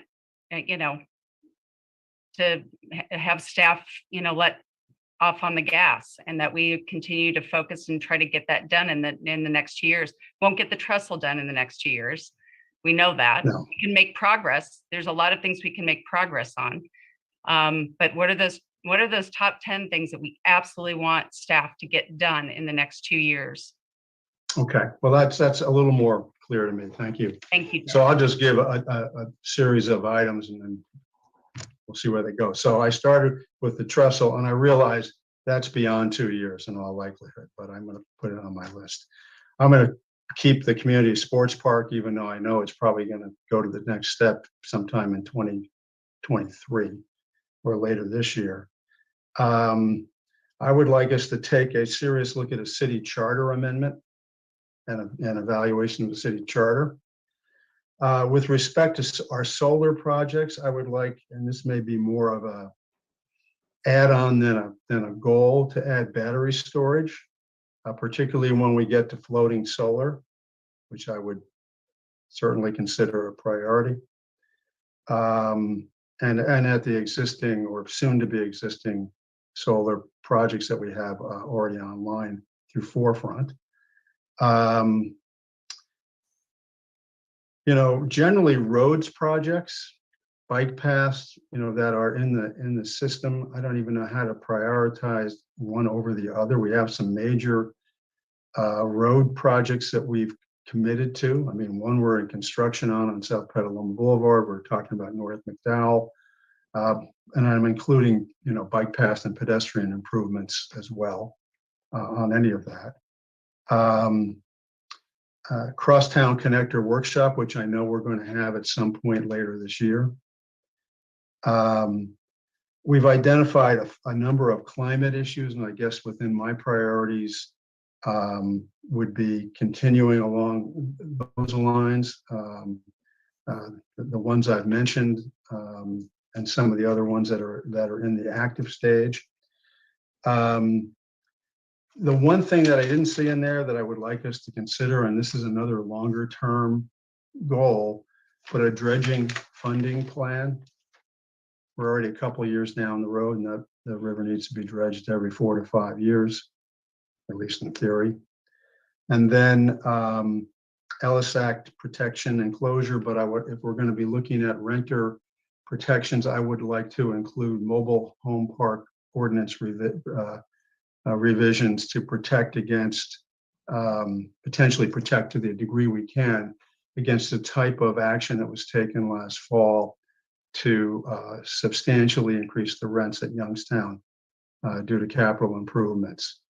I wouldn't want to keep it that narrow. So I don't know if that's 10. And if it isn't 10, I'm going to add in the fairgrounds, because that's going to be an ongoing thing, and we cannot pull that off. I don't think anybody in their right mind would do that. I could be convinced otherwise, but I doubt anybody's going to say that tonight. So I'll stop there. It's at least 10. Okay, thank you, Dave. And I think it's very helpful to have the kind of conversation that Dave just initiated, where you're getting a little feedback from staff as you're talking about, yeah, that one's definitely going to be done in the next year, or at the end of this fiscal year. Well, probably that's pretty close actually, or this calendar year. But so that kind of gives us an idea of, as we're moving to you just put what we want on the 10 list to see what is achievable. So Councilmember Healy and then Councilmember Barnacle.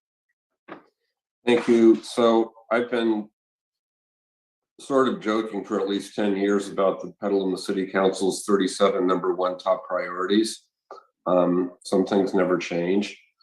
But I want to start by identifying an item that was called out by staff that I think can be put in the parking lot for a while. So that's a rare thing here. And that's the development impact fee update. I think that should wait until the new general plan is finished, because there's a nexus issue with our ability to charge fees that really needs to have that new general plan and the TIR completed before we can charge new developers for new stuff. So if we were to try to do it now, we'd just be doing it again in a year. And I think that would be a wasted effort. So, so that was the good news, staff. Now I'm going to get my list. One thing that hasn't come up, and to me is a very high priority, is getting fire station #1's replacement moving forward.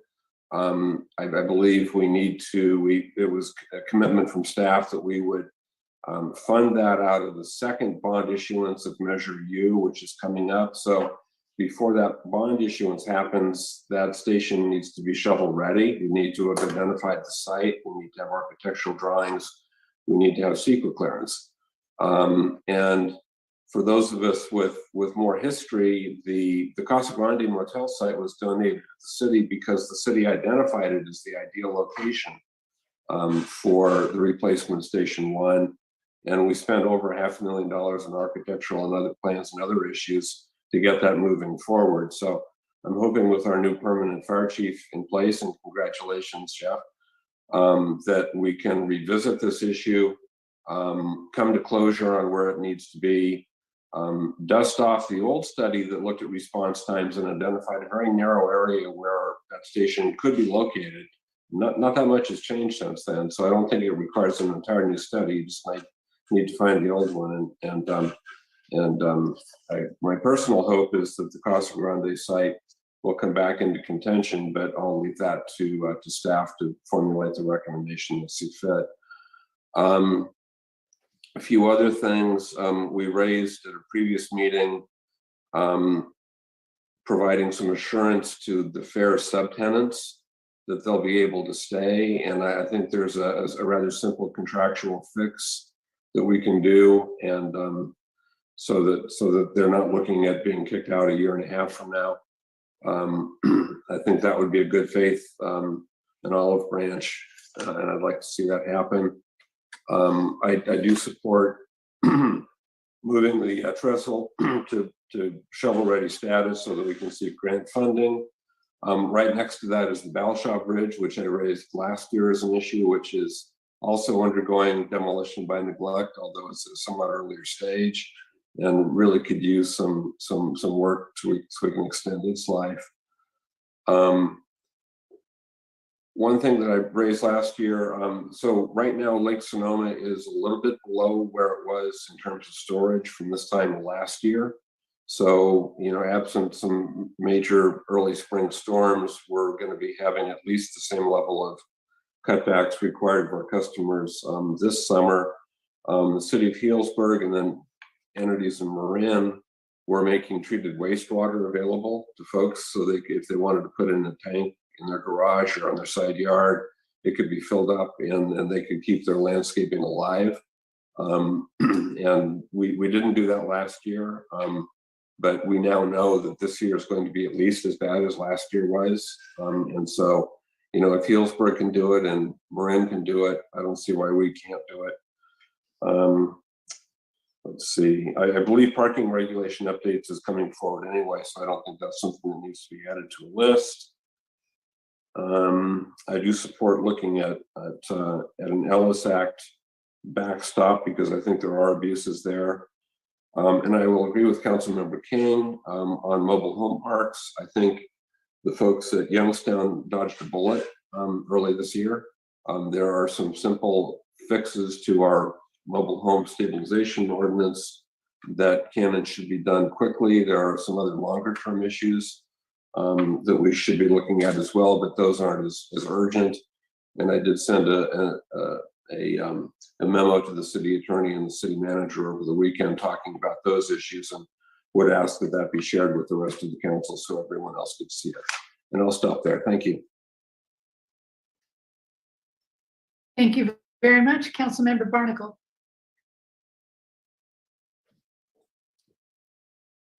Thank you, Madam Mayor. And I'll echo the comments from the other council members appreciating staff's efforts.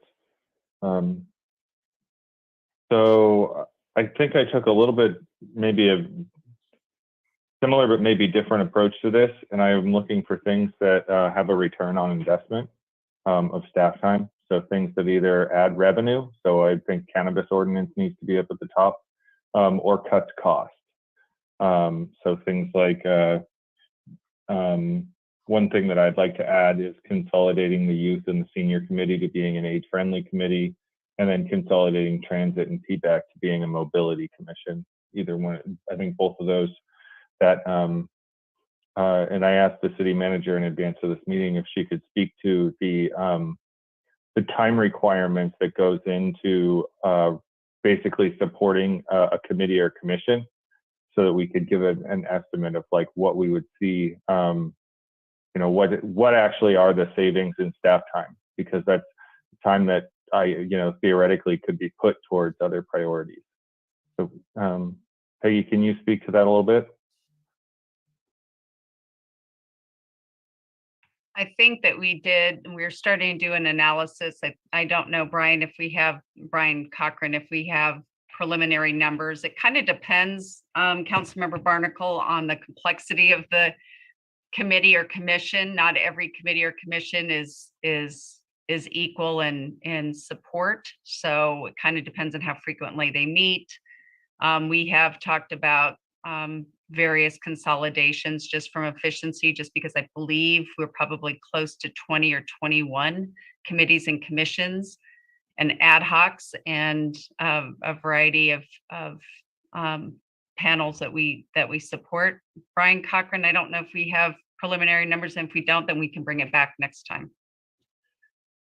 Yeah, we don't have great numbers to share, but I would just say on a very, very general basis, it's hundreds of staff hours per commission per year. And so if you think about that on, kind of that staff member basis that I was talking about with 400 available hours per staff member, I think you could easily quantify it as one staff member's full 400 hours per commission per year. So that gives you a sense of kind of how many staff are dedicated to supporting the 20 plus commissions that we have here at the city. Okay, thank you. I would appreciate a little bit more detail, in particular of those two proposals for merging actually at the next meeting. Madam Mayor and so- Council, if I could also just add briefly in response to that, another consideration. I mean, I don't think there's any way in which thoughtful consolidation doesn't help in terms of the staff time supporting the subordinate bodies. But another thing that's been underway is us working to up our game in terms of our support to the subordinate bodies and make that consistent. And that includes support from the central service departments like mine, providing support to those that are supporting the bodies more than we have, which is really, unfortunately, we've only had time to provide occasional Brown Act and some conflicts training, which is more is needed. So I think one of the no question that that's helpful in my view. I think one thing that it would help immediately, I think maybe even more than free up hours for other projects, would be actually provide adequate support for the effectiveness of the subordinate bodies so they can really do what they've been assigned to do to assist and advise the council. So that, for what that's worth. Thank you. Awesome. So other priorities for me, I don't think we need to have another Crosstown Connectors workshop this summer. I think we can, and I think that there's probably a majority of people on this council tonight that would support just pulling out Caulfield Bridge and focusing on Caulfield Bridge. And instead of spending hundreds of hours preparing for another Crosstown Connector workshop, and we can give you the direction tonight to address that in the capital program, address that in the upcoming in the budgeting process and all of that. So I would propose that we split out the Crosstown Connectors because it's way too general, and just focus on one that we think we can get accomplished and that the council supports. And I say that let's just make that Caulfield and scrap the idea of another Crosstown Connector workshop where we get together and talk and talk and talk. Some of the things that I think are no-brainers, the sports park and the North McDowell Complete Streets project seem like they're moving forward, and they should. I support moving the trestle up and seeing if we can get some momentum going on that. I kind of broke this into four sections: project, programs, policies, and plans. And on the policies front, I have the Ellis Act, loophole closure, retail cannabis, police oversight, consolidating our committees, and then the tree ordinance. On the program side, I think parklet, we need a permanent parklet program for the businesses. If we're going to be making changes to what they have, we should have something that transitions them. And then I also, I was a stickler for it the last goals and priorities, but I think seeing the data and the traffic calming, or in the local road safety program around the causes of accidents and collisions, or not accidents, collisions, that we need to focus even more on traffic calming, safety, and connectivity. And I think that needs to be a priority. It accounts for more death and injuries than violent crime does. And we don't fund it the same way we do. We don't talk about it the same way we do. And I think we need to up our game and continue to. And I think staff started to do that over the last 8 months, and it's really it's made a difference. And then on the plan side, I think the fairgrounds, we have to get that to, we've got to deliver something. So that's got to stay a priority. And I agree with Councilmember Healy that we should be looking at a short-term lease to give the subtenant some assurance and stability as we go through this process. And then the other one that's, just sort of like glaring for me is the parks plan. We're here making priorities about this stuff, and we don't have a framework for even prioritizing the work in the Parks Department as a council. And that's something that we need to get started. So I hope that there's support for that, but I view it as critical because we're not making informed decisions with complete data when we're making decisions about parks right now. It's brought to us, as another project and another project, and we need a big vision. And with the general plan process underway and the PBAC, or the pedestrian bicycle plan, underway, it seems like the right time to also be thinking about recreation and whatnot long term in the city. Are you done? Okay, thank you. Patrick, you have your hand up. I do, Madam Mayor, and it's kind of fortuitous following Councilmember Barnacle. The Climate Action Commission met last Thursday, and part of their discussion was the feedback they wanted to give the council for this goals and priorities process. So if it would be okay, Madam Mayor, I'd like to report what they prioritized. They had 8 items. First was restoring biological capacity and optimizing carbon sequestration ability of habitats native to Petaluma. Next was plan for decarbonizing existing buildings. Plan to minimize embodied carbon and maximize energy efficiency, renewable energy, and electrification. Safe, connected, enjoyable, active transportation, and robust pedestrian and bicycle master plan. Free, robust, reliable public transit. Just cause ordinance. Identify funding sources for low-income retrofits, including gas infrastructure avoided costs and avoided health impacts from reduced air pollution. And then finally, restoring the river and wetlands. So those were the 8 that the commission provided, and I meant to do that right after public comment, but there you go. And I know that there's an expectation that the other committees, commissions, and boards will provide feedback, but since their meeting was so close to this, they wanted to get their preferences known. Thank you, Madam Mayor. Thank you. Okay, Councilmember McDonald, followed. No, just Councilmember McDonald. Thank you. Again, a huge thanks out to staff. So much work done, and many on the council have noted specific things, but I just wanted to note that that staff set up the SAFE team. We heard so much from the public about the CAHOOTS model that was in front of us for so long, and the SAFE team's response to that. I think the city is very responsive to the folks.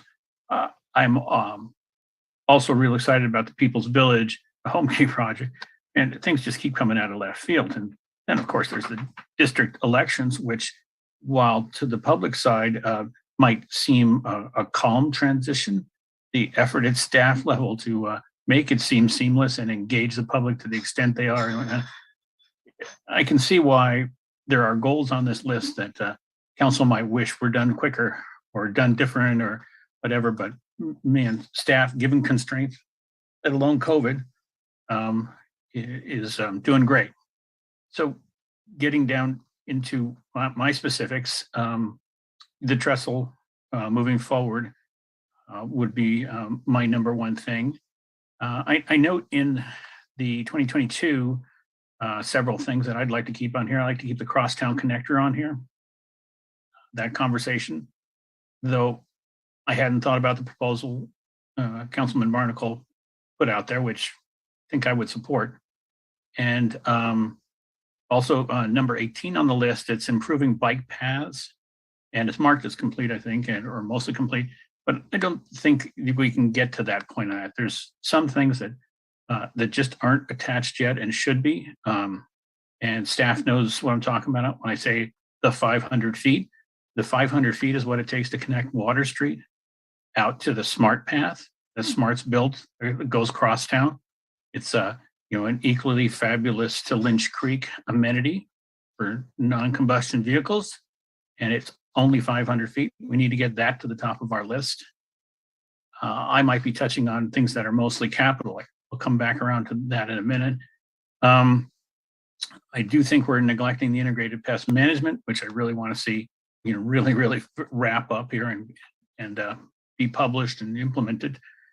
The fair process is obviously a key item. Completing the community park. And see, I have lost track of how many I am in on this. The fire station is obviously a very important thing. It's not just because it might fall down and it might limit our safety response to things, but not having a modern fire station limits the city's ability to hire and retain all firefighters. So we need it for that sort of equity reason as well. And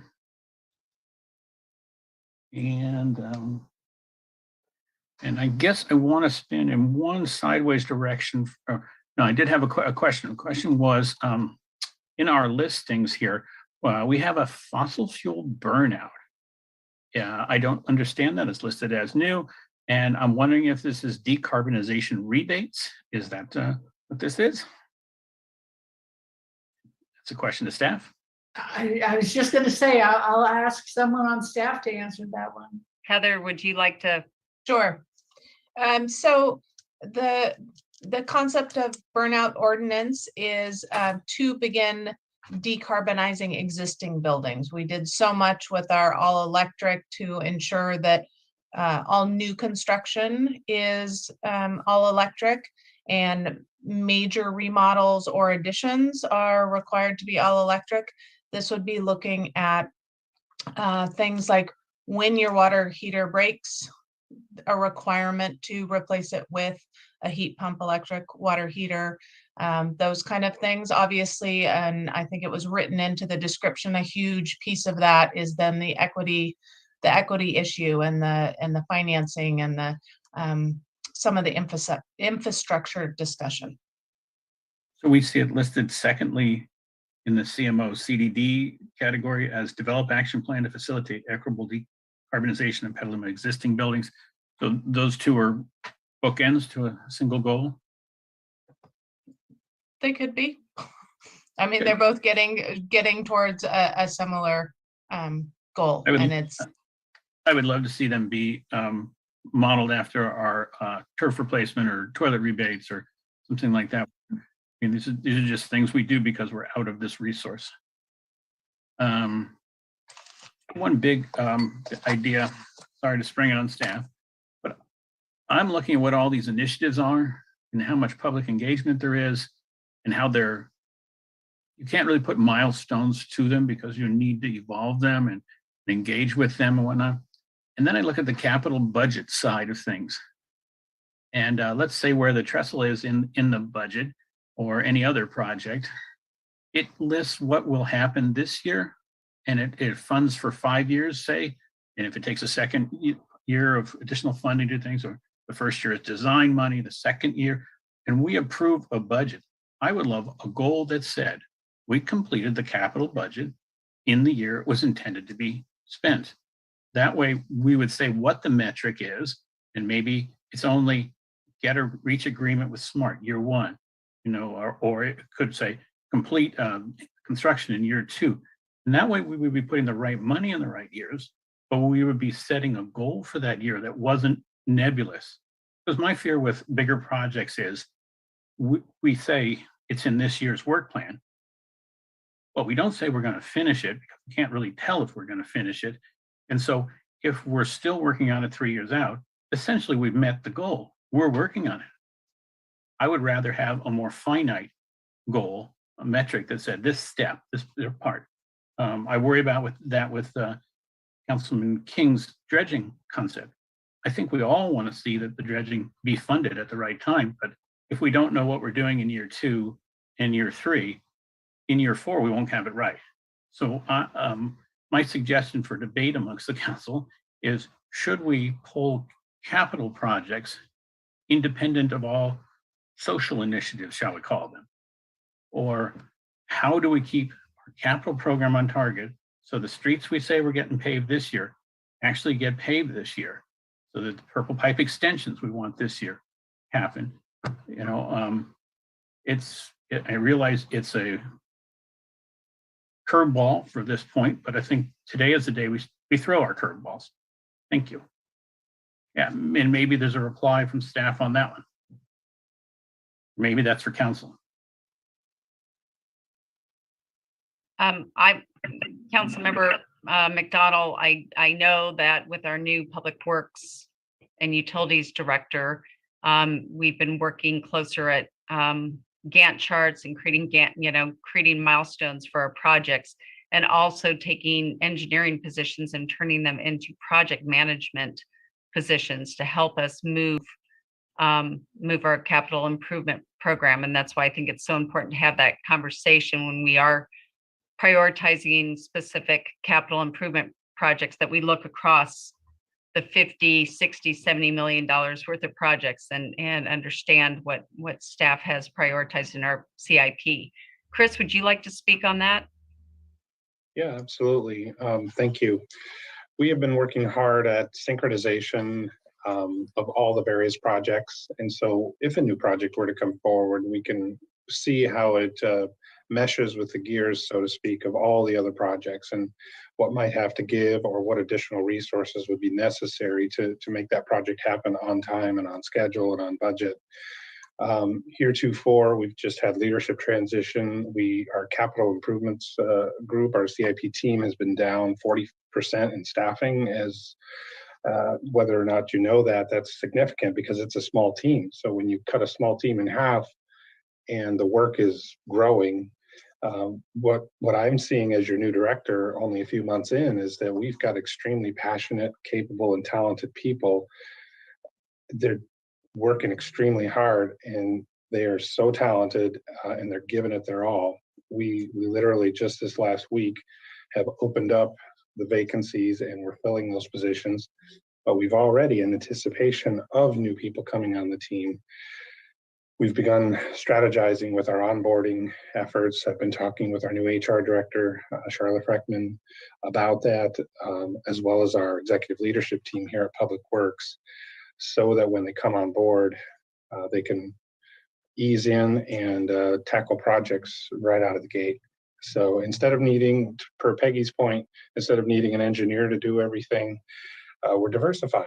We're also looking for project managers who can work with consultants, handle research and coordination efforts. Right now, we only have one project manager, and she's extraordinary. I think she's at a stage in her career where she can teach, guide, and mentor a few others. And or if we got another, talented individual, I think it would really move the ball because that's doubling that resource right there. So many things are in play. You're going to see in a couple, 3 months here, especially in 4 to 5 months, you're going to see a lot of movement and a lot of capital projects moving quickly as we double our capacity essentially on this team and synchronize efforts better. Thank you.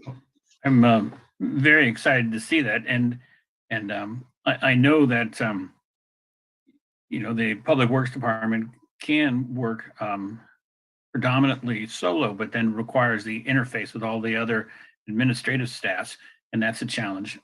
I really appreciate and feel awful that you're at 40% reduction. That's terrible, especially in the same year that council increased your budget from 25 to 55 in 1 year, and you're down half, and we doubled your workload. So it would be not to be unexpected that this year's capital budget come in significantly low. And I think we have to own that some projects are sliding, and maybe we are, maybe we aren't actually owning that challenge yet. But I think we really need to figure out how can we get this budget done. I mean, we doubled you to 55 and then the ARPA money, then the other money. I mean, it went to near 75, like Peggy was quoting earlier. But we have to figure out how we're going to get things done. It's when we don't get things done and that money is already there, it loses value. And instead of building 100 feet of purple pipe, you only build 80 feet of it next year. The money's just not worth what it was the prior year. So we have to figure out how to help you get that job done. And so I think we're all looking for what goal will give you a complete capital budget. I'd love for the capital budget to be listed as we complete the capital budget. That's a goal all on its own. Thank you. It is, and if I could respond and just say that Our team is, again, very dedicated, and I'm glad to hear that you acknowledge the challenge there. As we look forward and as we add new team members, I just want you to know that we take all this to heart. And one of the new things we've done with this current CIP that we're preparing to present to you is we look closely at, instead of a project that might be a $3 million water main project or recycled water project and throwing that in capital, we actually took a good look at that and said, well, design only is happening now.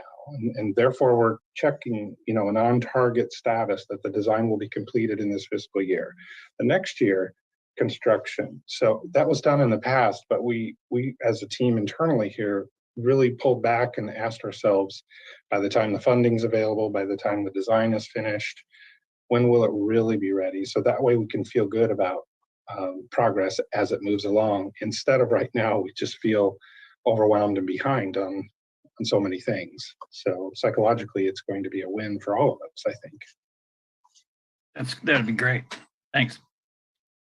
Thank you both. And now we'll go to Councilmember Fisher. Thank you, Madam Mayor.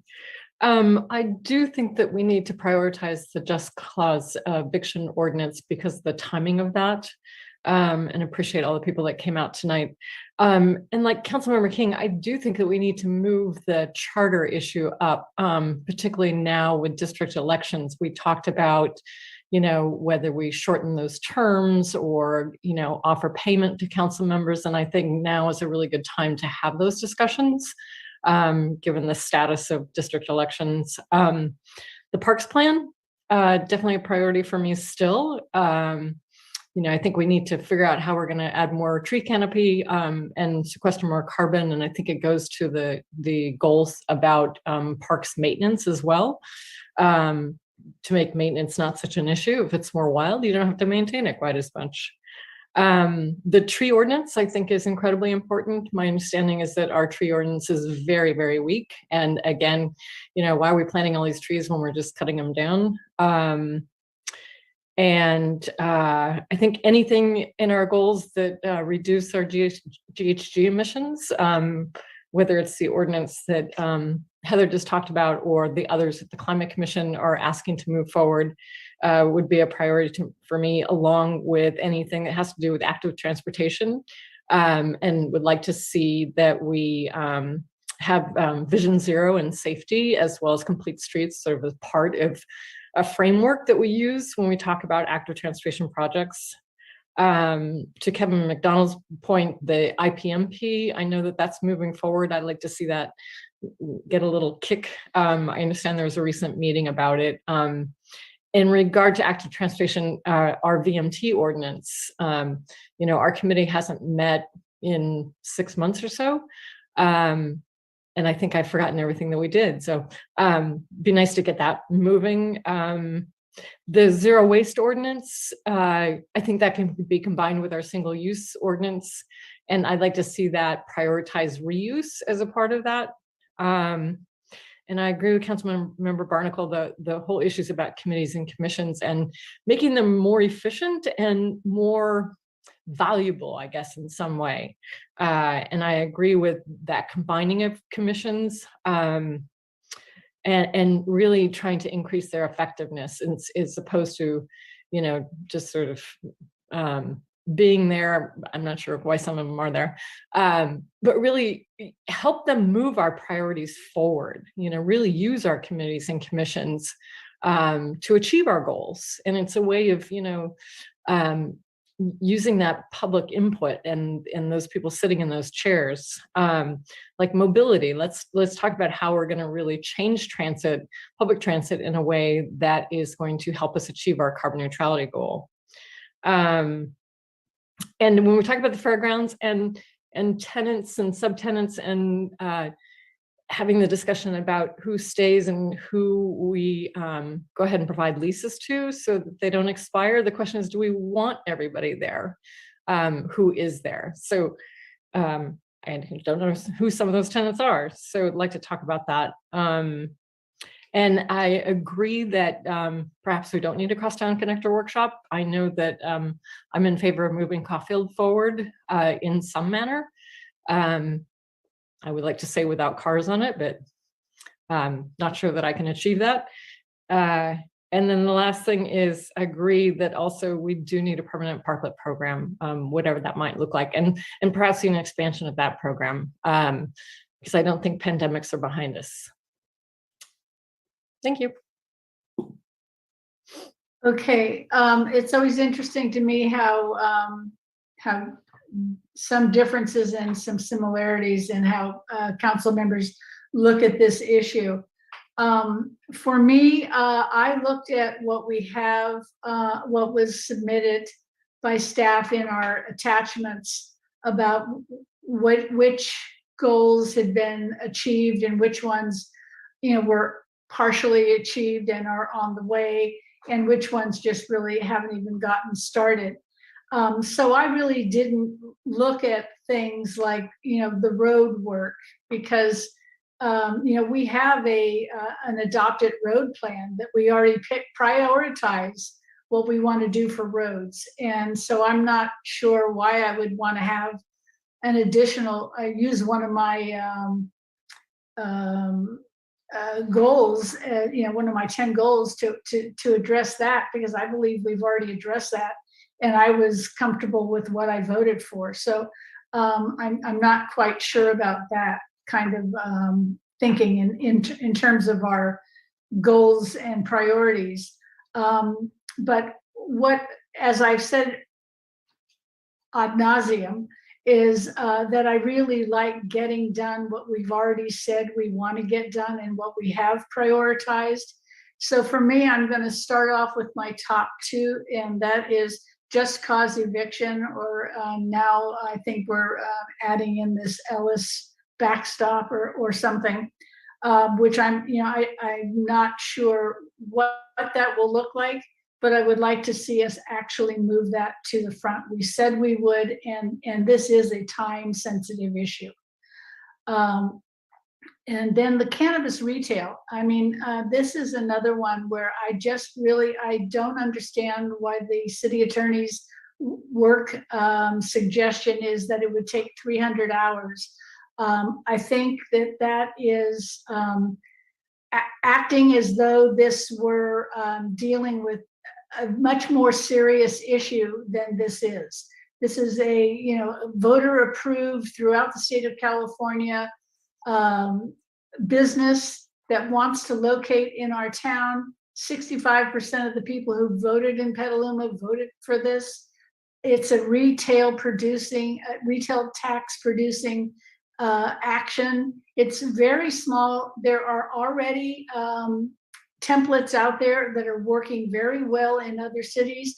Part of the description in the attachment was, checking with the police about the crime issues.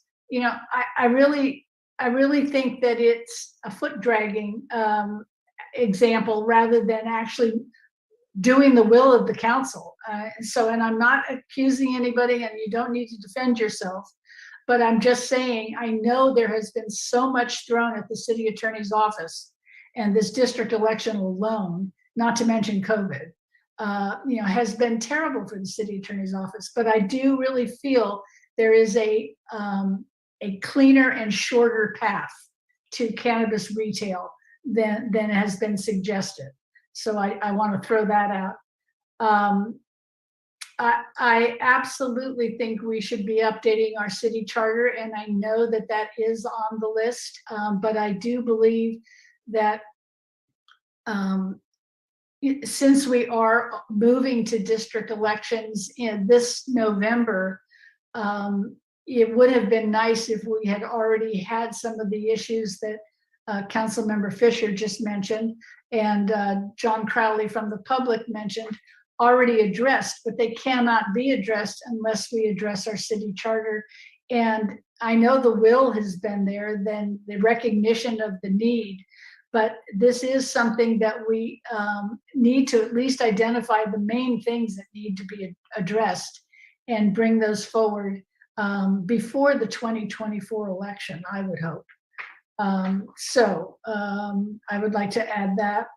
I'm totally in favor of rescuing the trestle, And I do understand that it is on the work plan, but what I would like to see is something like Councilmember McDonald mentioned for capital improvement projects. I would like to see the city, because I know we don't have, I just heard our city district department head say that he's, down 40% in his staffing. So, I get that. And so what I'd like to know is identifying, opening the door with SMART so that we can actually have the conversation about how can this go forward, so that, then we can move forward with the engineering part of it. But there is a certain amount of work that, we can do to just set the table so that it is in a position to go forward when we are staffed up. I think another thing that it should be a goal, but I think it's a very easily achievable goal, and that is providing interpretation for all of our public meetings. I really feel that that is essential, and I think recognizing that we needed to do it for district elections it was good, and I think that we just need to extend that recognition to every meeting we have. So I would like to add that. And one of the things that I would like to suggest, and I don't exactly know if, I also want to say that I totally support all the discussion that has been going on about the park plan update. And I do feel that, I see park department as overseeing the tree ordinance and the park master plan and carbon sequestration and, things of that nature. So I see those things much more that if you deal with the park master plan, you're dealing with all those other things as well. And I hope, I hope that message is clear. But I really have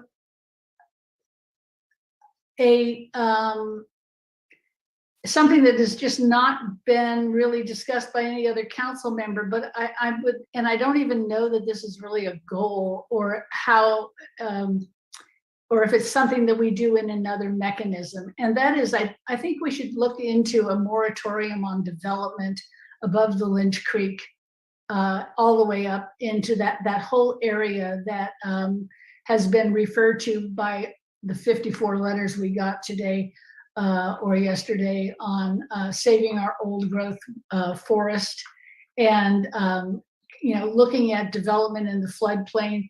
I think that we have now seen that there is a really critical interaction between that space and our city's ability to meet our climate goals and to really address a lot of mobility issues that area can provide for non-vehicle, non-motorized vehicle transportation. I mean, I think there's a lot that needs to be looked at in that area. And I know that there are community groups who have already started that process. And I think that the city, needs to take leadership and make sure that no doors are shut in that area. So that is something that I'm very supportive of. I'm not, that's it for me. There's many other ones that other people have mentioned that I am very supportive of. But as I'm thinking of it, I think they're already on the city's list. And so I'm just not sure, like, for example, the one that Councilmember King and Healy brought up of the mobile home park stabilization ordinance, that I think that's really an important item as well. And again, see, this is something else we're just throwing on the attorney's desk. So Eric, I don't want you to think I'm not aware of how much work is being thrown at you, but I'm trying to cut down how much work I think it takes to get to cannabis retail. So I really want to support this. I also want to support Councilmember Healy, who was the only person who took something off the list. And I really agree that this impact list, impact fees needs to wait for the general plan. The same way, and I will say this, that in disagreement with some of the people who want to put a fair subtenants agreement out, I think everything that has to do with the fair, we should put on the back burner until the fair group meets and sends us their recommendations. And then at that time, we should look at all these things very holistically, because I think we're second guessing what the process is going to do. And it may be something that we don't need to have as a priority. It may be something that's handed to us as what we should be doing in order to make the fairgrounds go forward. So I'm just going to throw that out as, for the same reason we would be holding off on impact fees, I think we should be holding off on any fair decisions. Not saying that we're not doing it, we're just waiting to hear from this healthy democracy process that we're starting up. And I see 3 more hands up, so I'm going to go back to Councilmember Fisher. Thank you, Madam Mayor. I just want to agree on those development impact fees that we should wait until our general plan is done and make it part of that process, because I think there's all sorts of things we can do to incentivize people building smaller units, for instance, through that impact fee process. And then want to call out goal number 189, which was actually my second on the one I submitted to city manager this morning, which is impose a temporary emergency moratorium on all riparian, vernal pool, wet meadow, wetland, and floodplain development until the general plan EIR is complete and the city has prepared and adopted a climate adaptation and resilience plan as recommended by the CEF. So I don't know if that quite gets to. Oh, it gets right there. Yeah. So, that was number 2. So I'm going to go ahead and elevate that on my list. Thank you very much. Okay. Vice Mayor Posake. Thank you. I wonder, everything else I would add to my list, which was stopped at 2 initially, has been covered by other council members. So I just had a question, I suppose, for our city manager as to whether it matters if I make additional votes for those items, or we're going to kind of vote on them all at some point. I don't want to slow things down. Thank you, Vice Mayor Posake. I mean, I'm kind of keeping a running list and seeing where we're at. I've got, and so every vote counts in my book as far as just elevating that lens. So far that have gotten the most votes are Just Cause, Tree Ordinance, City Charter, Trestle, Park Master Plan, Fairgrounds, but kind of, I believe it's Fairgrounds process, not subtenant, ball fields. So right now, those are kind of the running top. I'd like to elevate then Councilmember Barnacle's suggestions for a specific consideration of Caulfield, as well as to combine some commissions and committees, and a couple of other items. I'd like to support the Climate Action Commission's recommendation, and I believe Councilmember Fisher's as well, and maybe even one other council member, in terms of retrofitting of buildings, with an equity lens. And again, I know some of these are on the work list, but Just Cause eviction was once on the work list, and it seemed to have gotten lost. Not only was it not started, but it was not included that I could see in the 23-24 lists, but I might have missed it. So that's all I have. Thank you. Thank you. And Eric, Mayor, is it okay if I ask our city attorney to provide an update on Just Cause? Because I feel like that's every council member voted for that. And so I think we can probably speak to that.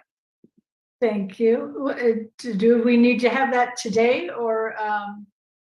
I think it might be helpful for the council okay. before we come back to sort of nail down the priorities, and we'll see if it's helpful. You'll tell me, I'm sure. So we're pretty busy on trying to wrap up district elections right now. In fact, we're finishing up the ordinance today to bring to the council on the 21st, but we've done some preliminary research, thanks to Dylan in my office, regarding just cause eviction protections. And what that shows is that there was a bill called Assembly Bill 1482 that's on the books. It was amendments to Civil Code sections 1946.2, 1947.12, 1947.13. It's from 2019, and it was amended by AB 978, which was already took effect January of this year, and it appears that and what 1482 does is it does provide just cause protections, rent increase protections, and AB 978 took effect this year, appears to extend that to mobile home tenancies. What I was going to suggest might be helpful to the council. None of the advocates mentioned that, and I assume it's on their radar, but I think it might be helpful if we were to provide a summary. Dylan already has a draft of what those bills do.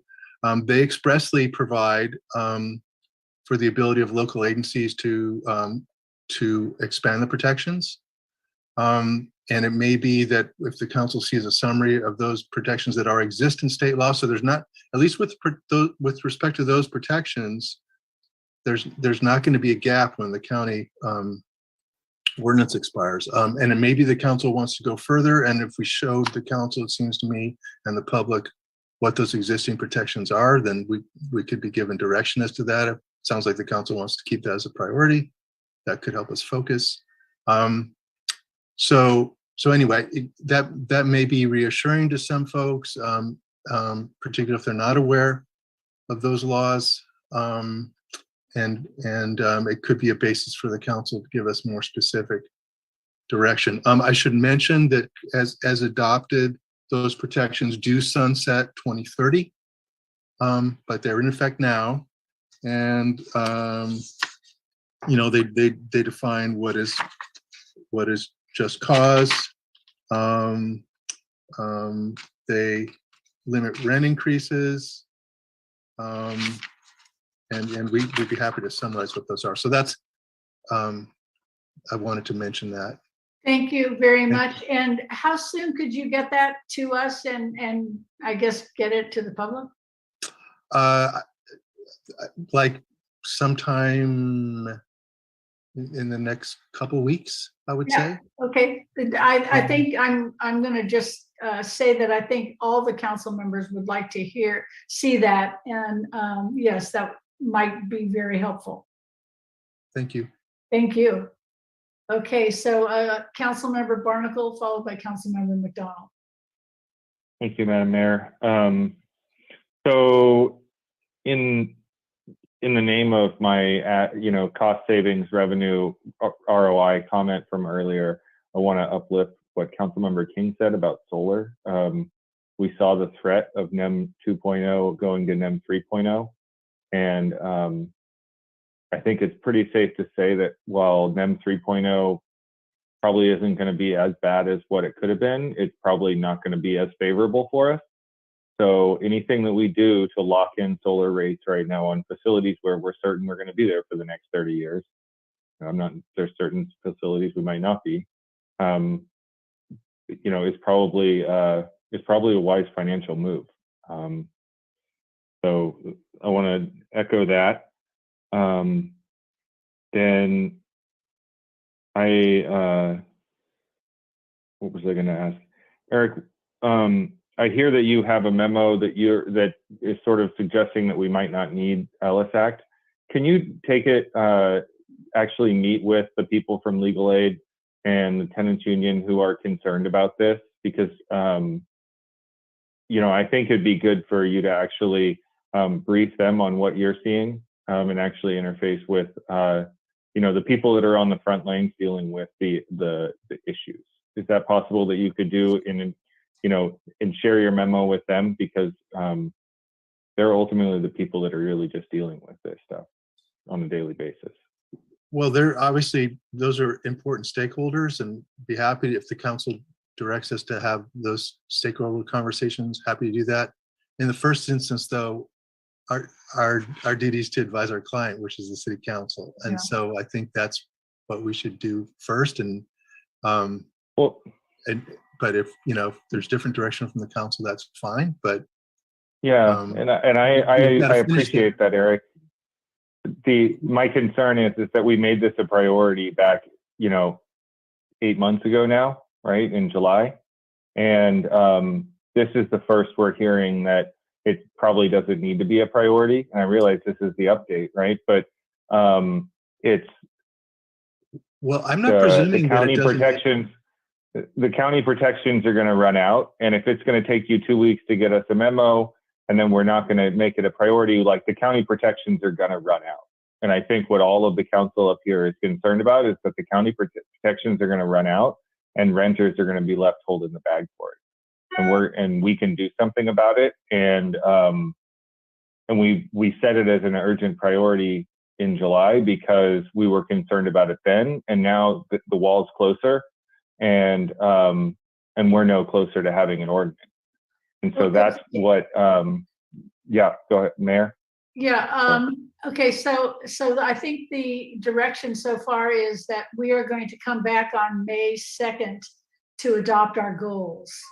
So we are not going to act any sooner than May 2nd on any of the goals that we adopt at that time. So getting a memo to the council in a couple weeks, I think that then is, you know, that becomes a public document unless it's not, you are intending for that to be a public document? Yeah, I mean, I think this, like, just a summary of what's in those laws is not, you know, I'm suggesting that will help inform the council and the public. So I think that should be shared as part of coming back to the council. Right.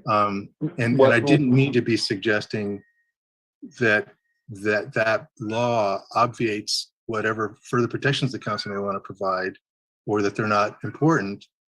No one had mentioned that, and those protections are in place. So I wanted to make sure folks were aware of them, and then we could get further direction based on them. Okay. The reason why I'm asking you to meet with those stakeholders in advance of releasing the memo to us is because it's important to me that the people who are working with tenants on the front lines every day and experiencing their concerns, that's factored into your memo, and that when you come back, there's some context there that the people working with tenants are concerned about X, Y, and Z that are not addressed by these laws or are addressed by these laws. Because what I'll struggle with is if the memo comes out and it's clearly from your point of view and it's not grounded in what these other people are concerned about, because those are the people that we're responding to, right? It's not just like me sitting, 7 council members in a vacuum decided that we wanted to do just cause. It's that we're hearing from people who are dealing with tenants that are really concerned, and I want to make sure their concerns are dealt with, and that means that you need to meet with them, so that I know that your memo is grounded in their concerns, because that's the reality that we're responding to here.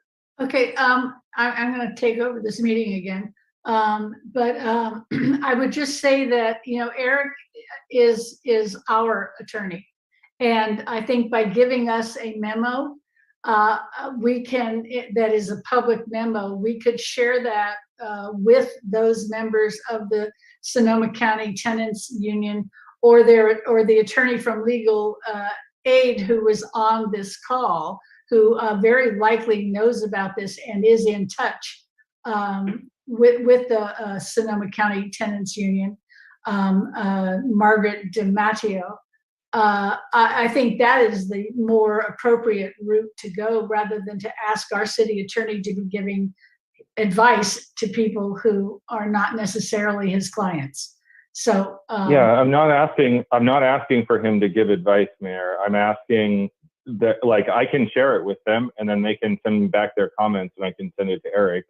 But again, he's our employee. Like, we can direct him to have that conversation and to summarize the conversation for us. So I'm not going to split hairs over that. It's a request. I hope it happens, but I'm not going to, I'm not going to get frustrated about it not happening. So, yeah. Thanks. Do you have anything else to add? My only other thing is that I think I heard 4 people which say that they would support splitting Caulfield out as a separate priority and just focusing on that and not having a crosstown connector workshop.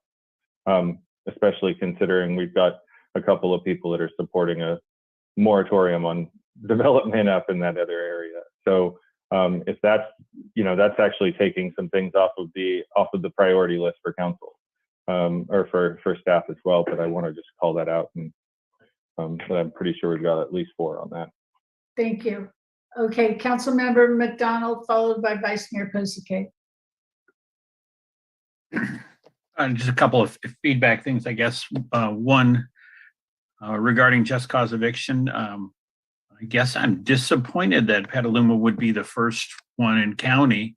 I would hope we'd all hit the finish line at the same time, or that the county, which would cover everybody, isn't leading stronger on the just cause issue. And the fact that they're not leading means that each of the cities and each of the attorneys has to weigh in and have their own ordinance. I'd have loved to seen a county model ordinance drop down that maybe had a quicker adoption rate or some other, if we have a big social issue, it's good that Petaluma reaches first. We often reach first. Just darn it, I'm tired of reaching first when it's a broader social issue. And differently on Caulfield, while I do see the viability of jumping right into Caulfield, I don't know that we can, and I think it just becomes a budget issue. We put $30 million in this year's budget and boom, we're done. No, just all kidding aside, we put in first designed funds into the coming budget cycle and things. But I do think we owe the public a discussion of which way the council's going, and probably some sort of council consensus that's in fact what would happen. So I don't think it can come off the table quite yet, even though I'm sure our comments will be in the paper tomorrow. And then a little pushback on the committees. Committee I'm most familiar with would be PBAC, and that's been mentioned as possibly a consolidation candidate. Ironically, PBAC is asking for an additional meeting per month because of the workload, and city staff is unable to staff that second meeting a month, and so the work is not getting done. The meetings are going, they're lasting almost as long as council meetings. So, which is supposed to be funny. Then they have the master plan in front of them. They have the wayfinding in front of them, and just recently, the GPAC set up an active transportation subcommittee or ad hoc committee, which will liaison with PBAC, and the Climate Commission set up an active transportation, which will obviously have to liaison. The workload for PBAC is pretty full time, and don't think it can add ancillary duties without a lot more staffing. So I don't see it as being less staffing. If anything, getting the job done requires more staffing. We realize we're staffing constrained. It would be good to find a way to expedite how we can get our bike boulevards and other safety improvements expedited to construction rather than the amount of process time we take. But given our goals of transparency and public engagement, I don't know how we get things done quicker. So we've kind of find ourselves in a bit of a quandary. We're trying to meet the public and yet trying to be efficient. Those are my comments regarding consolidation. Thanks. Thank you. Councilmember King, followed by Councilmember Fisher. Thank you, Madam Mayor. And I got your joke, council members. I think we all appreciate it. I just have a comment. I was writing down what the city manager had for where we had, broader support. And did you include the trestle in that list?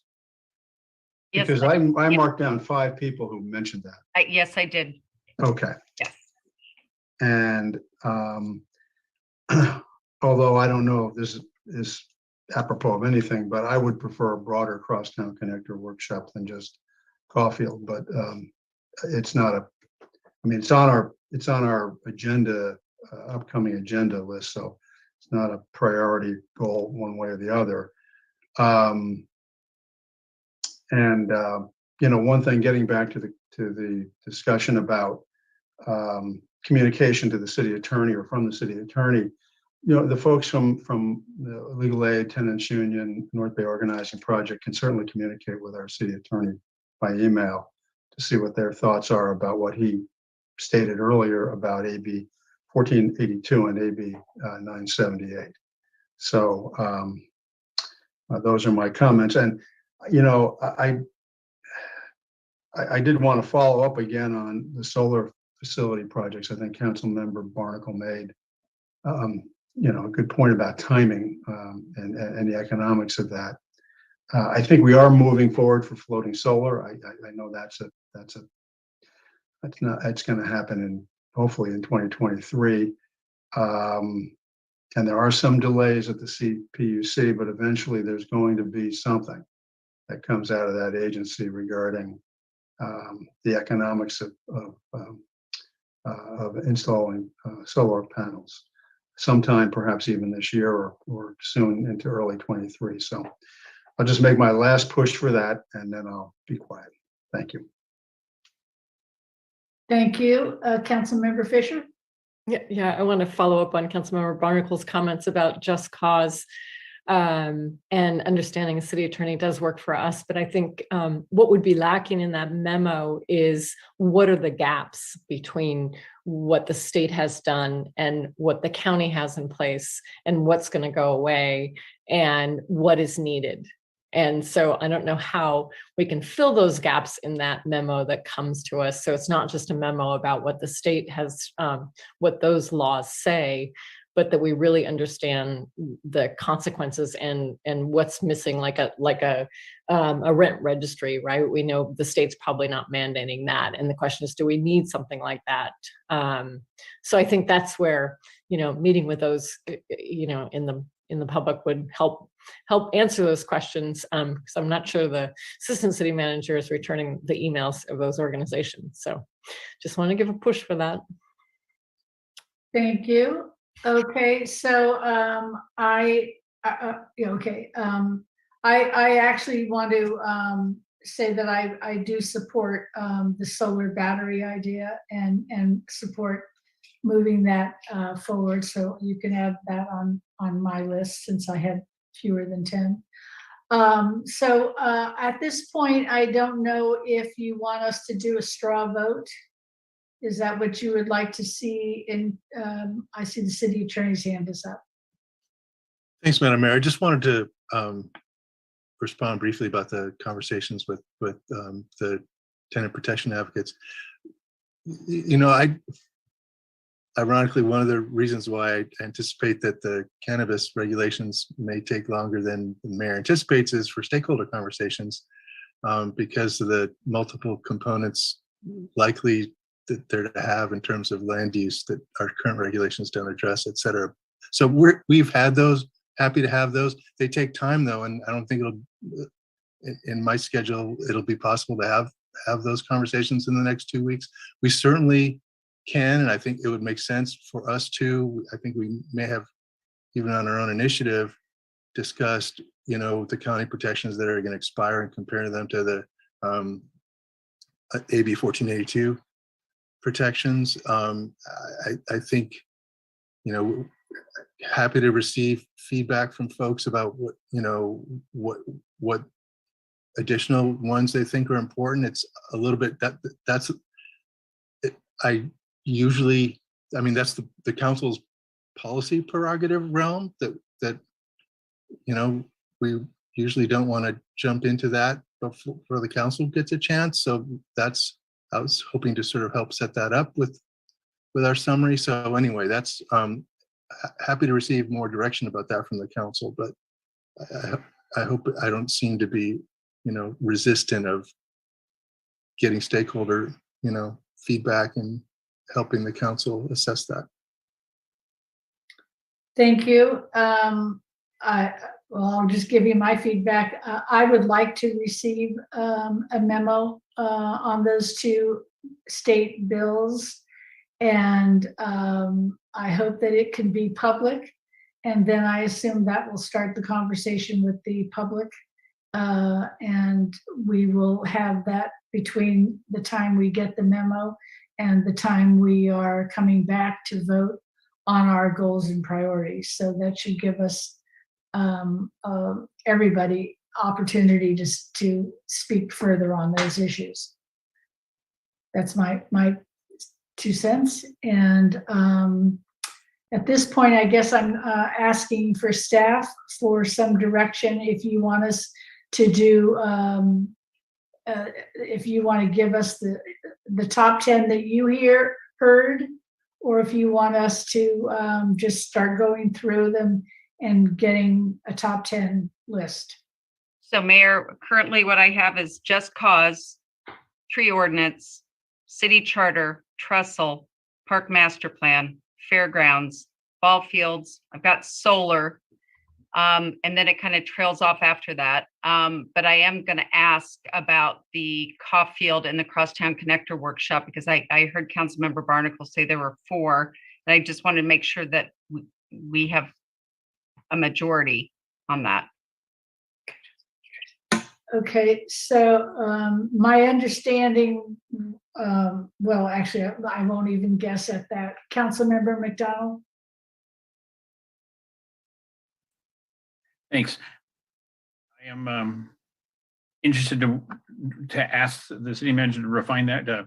Is she asking whether we need the crosstown workshop, or shall we delete the work? Is that the question? I think it's 2, and I'm going to ask Councilmember Barnacle to clarify. But I've got one that, are we doing the Crosstown Connector Workshop, because we do have it on our agenda planner, but let me know. And then secondly, is if Caulfield is a priority. Can I speak? Is it? Oh, no, Council. Oh, yeah. Okay. I was just going to say Councilmember McDonald still had his hand up, but yes, go ahead.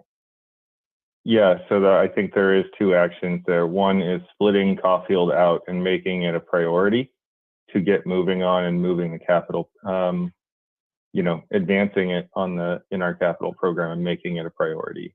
And the second one is because we have a priority, and I'll just for the public's benefit, I asked a question of staff in advance, and I asked why the crosstown connectors were in red, and this was what was given back to us. The description does not describe appropriate next steps for this topic. With the current impact fees, both projects cannot be funded, and staff cannot prioritize both projects at the same time. So council discussion and/or prioritization on next steps is needed. So for me, prioritizing, getting us started on Caulfield, which I think is achievable. And if we don't have the funds to do both projects, why would we need another workshop to talk about a bunch of stuff that we can't afford to do? So that's why I feel like the Crosstown Connector Workshop is probably not needed if we just give them a clear priority, because even if we say that, it's not like we're just having a meeting to have a meeting at that point because we don't have the money for it.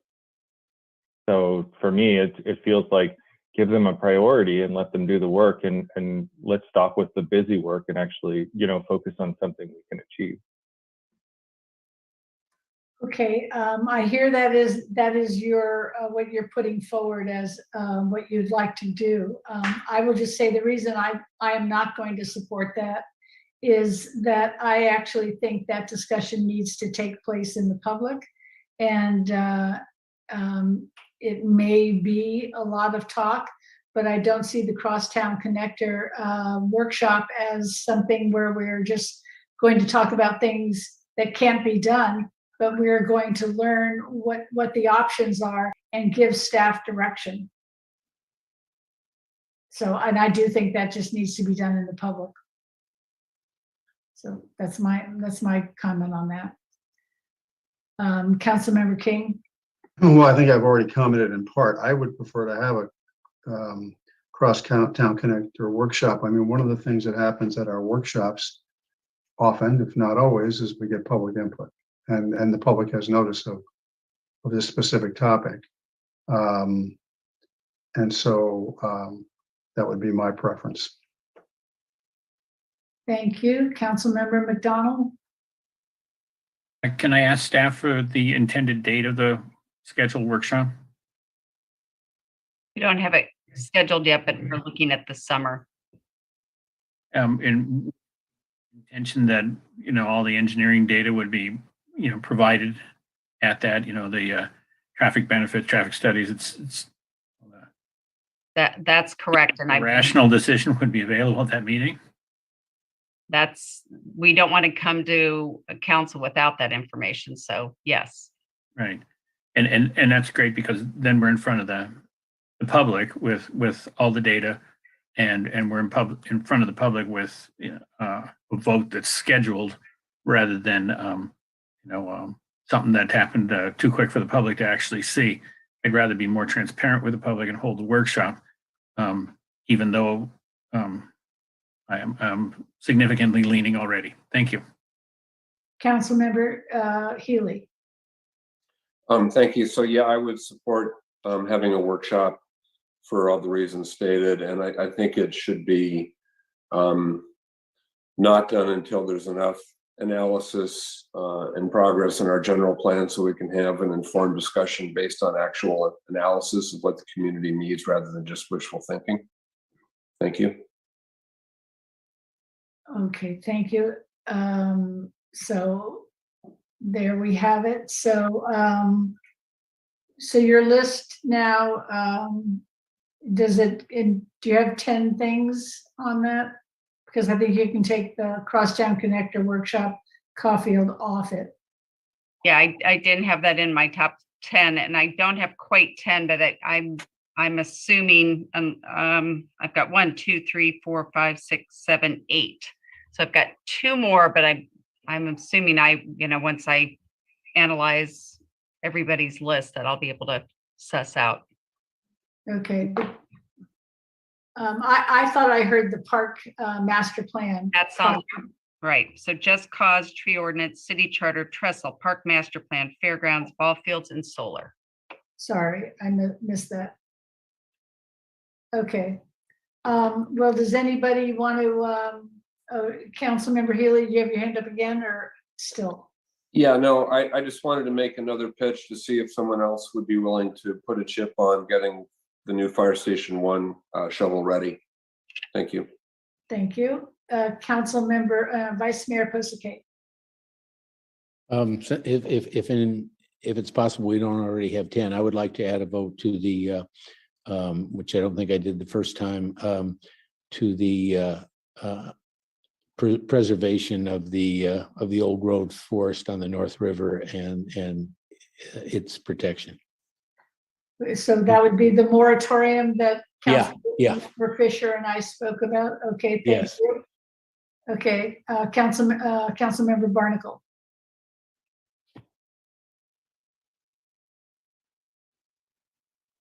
You're on mute. Oh, there you go. Okay, I'm off. So I'll take my vote off of the ball fields then, because it's not as a high priority for me. I think I heard a lot of support for retail cannabis, and that wasn't something you listed there. I think at least 2. I had 3 votes for that, but yes. 3. Okay. Well, I guess this is why it's important to have a small list of priorities. So yeah, I don't know whether that, and I think I'll probably remove the ball fields and put another chip on the fire station for Councilmember Healy. Okay. So okay, Councilmember King. Yeah. With regard to the comment from Councilmember Healy, I think if we're going to have 10 that we're going to look at on May 2nd, I'd add the fire station as well. My comment, I guess I have a comment about the ball fields. I mean, we're almost there. We have a bid out for, and it's not really a work priority at this point. It's pretty much there, at least for the next phase. I guess there's another phase after that, but you know, so I guess in that respect, I would keep that on there. I think that gives us a broad set of goals across the board here. Well, okay, and so if this is the list that we're going from, I would actually like to see those ball fields finished up as well. You know, we've been on that since before I was even on council. So yeah, that would be a good thing. So anybody else want to throw your chips where if you think you have an extra one out there?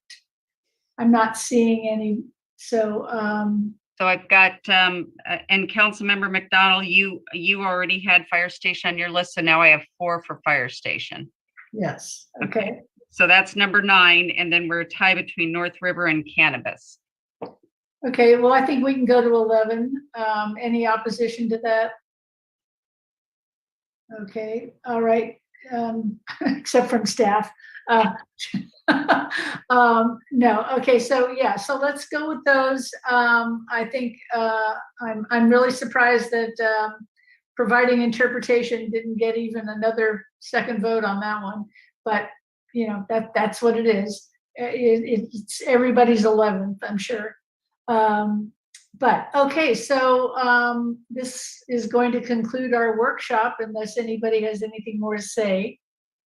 But we have to do general public comment before we end the meeting. So I just want to make sure council has all had their say about what they need to go forward with. Okay, I'm seeing nods.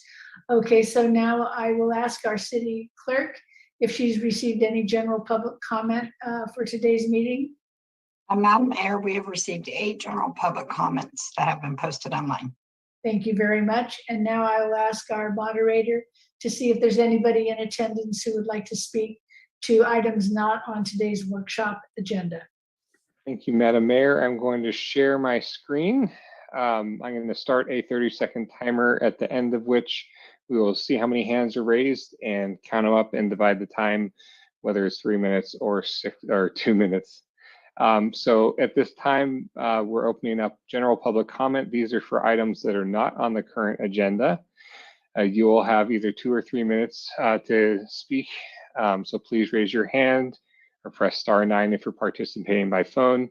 Attendees will be muted when their comments expire or when their time expires, whichever comes first. Speakers are encouraged to be respectful. Threats of violence and obscenity are grounds for removal from the meeting.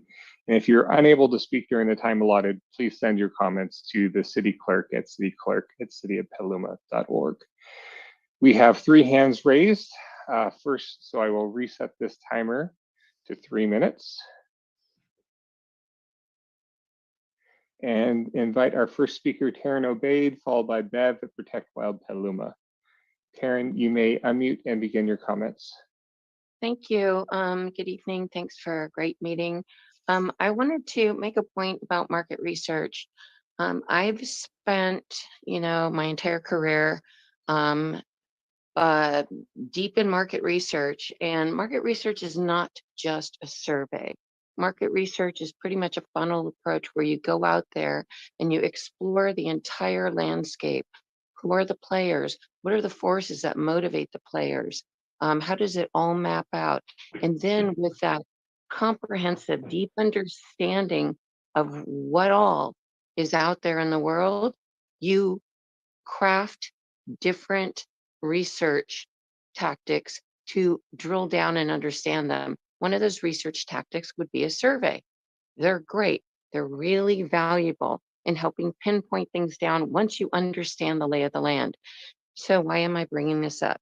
I'm bringing this up because a couple weeks back, City Council heard the Street Safe Plan. Pardon me if I'm not getting the title of that right. The one where they wanted big roundabouts with the railroad tracks running through them, and sent it back for more discussion. And so they presented in front of Bike and Ped a week ago, but they presented outside of the agenda, which limited public comment. It had to be split up 3 ways with the other presentations outside of the agenda. And the committee asked them, are you going to do any public discussion for in-depth understanding? And they said no. They said they're not going to do any public discussion. Then I attended my second Vision Zero presentation where the traffic expert made such amazing, great points that really represent out of the box thinking, something to get us into a new place and out of being stuck in the old ways that we've been conventionally thinking about conventional traffic. And one example of that is she said that on a heat map where you see collisions, you see red, you see orange, you see yellow or nothing. She said there's an inherent flaw in that type of an heat map, in that if a traffic area, if an intersection is very dangerous, people aren't going to go there and they're not going to show up. So it's not going to show up as a red or an orange because it is so dangerous. So that type of analysis misses the big picture. One example of that is the intersection of North Petaluma Boulevard and West Payran. Nobody in their right mind is going to bike ride through there, and that thus it only shows up as a yellow. So please ask for public discussion. It's not being. Thank you for your comments, Taryn. Sorry I had to cut you off there. Next speaker is Bev at Protect Wild Petaluma, followed by Eric Leland. Bev, you may unmute and begin your comments. Thank you. And I want to lend my agreement to what Taryn Obaid said. This is, like I said, Beverly Alexander. And I also wanted to suggest that the Climate Action Commission have more say-so over what happens in our city. And I was wondering if a scoring system could be developed on every project that comes before the Planning Commission that would show the, the effect on carbon sequestration, heat islands, biodiversity. There'd be a whole list of things that each project would get scored on. And a project could not be approved unless it had reached a certain level, maybe 80%, or there might be certain things on that list that would be kind of almost like a veto if it didn't, come up to that level. But I think we need to have a really clear idea of what is required so that that projects can be evaluated in a useful way. And I think that's about all I have to say right now. Thank you. Thank you, Bev. Our next speaker is Eric Leland. Eric, you may unmute and begin your comments. Good evening. Thank you all very much for all the hard work on these priorities. My first ask or suggestion is kind of niggly, but I think it would be super useful if in the future on like straw votes or situations where council is putting their chips down, so to speak, on different ideas, if there could be a way to do some kind of a shared whiteboard so that can be tracked. I noticed that I was having a hard time tracking it, and several council members were sort of wondering in their comments whether someone had voted for something or not.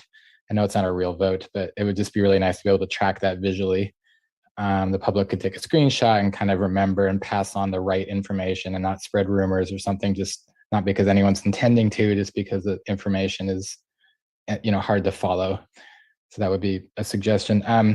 There's been some exciting improvements in Petaluma in the past several years, too many to mention. It's been really great in my opinion in a lot of ways. One that would be great to get an update on, I think, would be the SAFE team. I think this is something folks have been and still are really jazzed about. I get a lot of conversations about it. I wonder if council could plan, if you haven't already, to bring the team sort of into a meeting to just talk about what's the experience been so far, what have we learned through this process, it's young yet. So it'd be really nice to hear the experience, what's worked, what hasn't worked, what kind of data are we learning about it. I just think that could be it would be a feel-good moment. It'd also be a really valuable learning experience for finding out like how we're really serving our community. Thank you.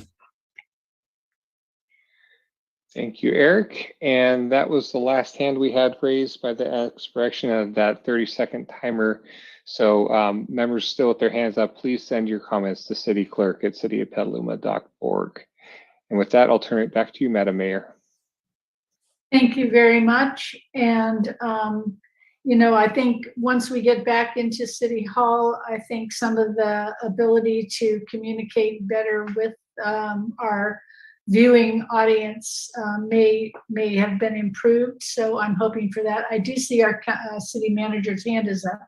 So maybe she wants to respond to that. Yes, I do. Thank you, Mayor. And to anybody that we had our inaugural monthly update. It's a hefty document, but it's an easy read. It's on our city website, cityofpetaluma.org/monthly update. And it actually gives updates on a variety of these initiatives that we talked about tonight, including the SAFE team. And I believe Police Chief Savannah, we have all the stats on there for the SAFE team, and you may be able to confirm that for me. That's correct, City Manager Flynn. And I would also, I think Mr. Leland's comments are really timely, considering we will be celebrating our 1-year anniversary of the SAFE team, I think in July 5th or 6th. 5th. So that's another resource for the community too. And we'll have another one. Our next update is going out at the end of the week. So we will have our February update. So I would just encourage the community to look at that and be able to follow some of the stats on these projects. Thank you. Thank you very much for that additional information. And before we adjourn this meeting, I'd just like to point out that it was 2 years ago on the 16th of March that we had our last in-person meeting. And so we will soon be back at council in the council. But until then, I just want to say to everybody how well everybody has done, getting so much done in these virtual meetings. And it's been a 2-year journey, but we're doing well. And I personally can't wait to get back to in-person meetings. So with that, good evening, and thanks everybody for your input into our workshop and our goals. Bye now.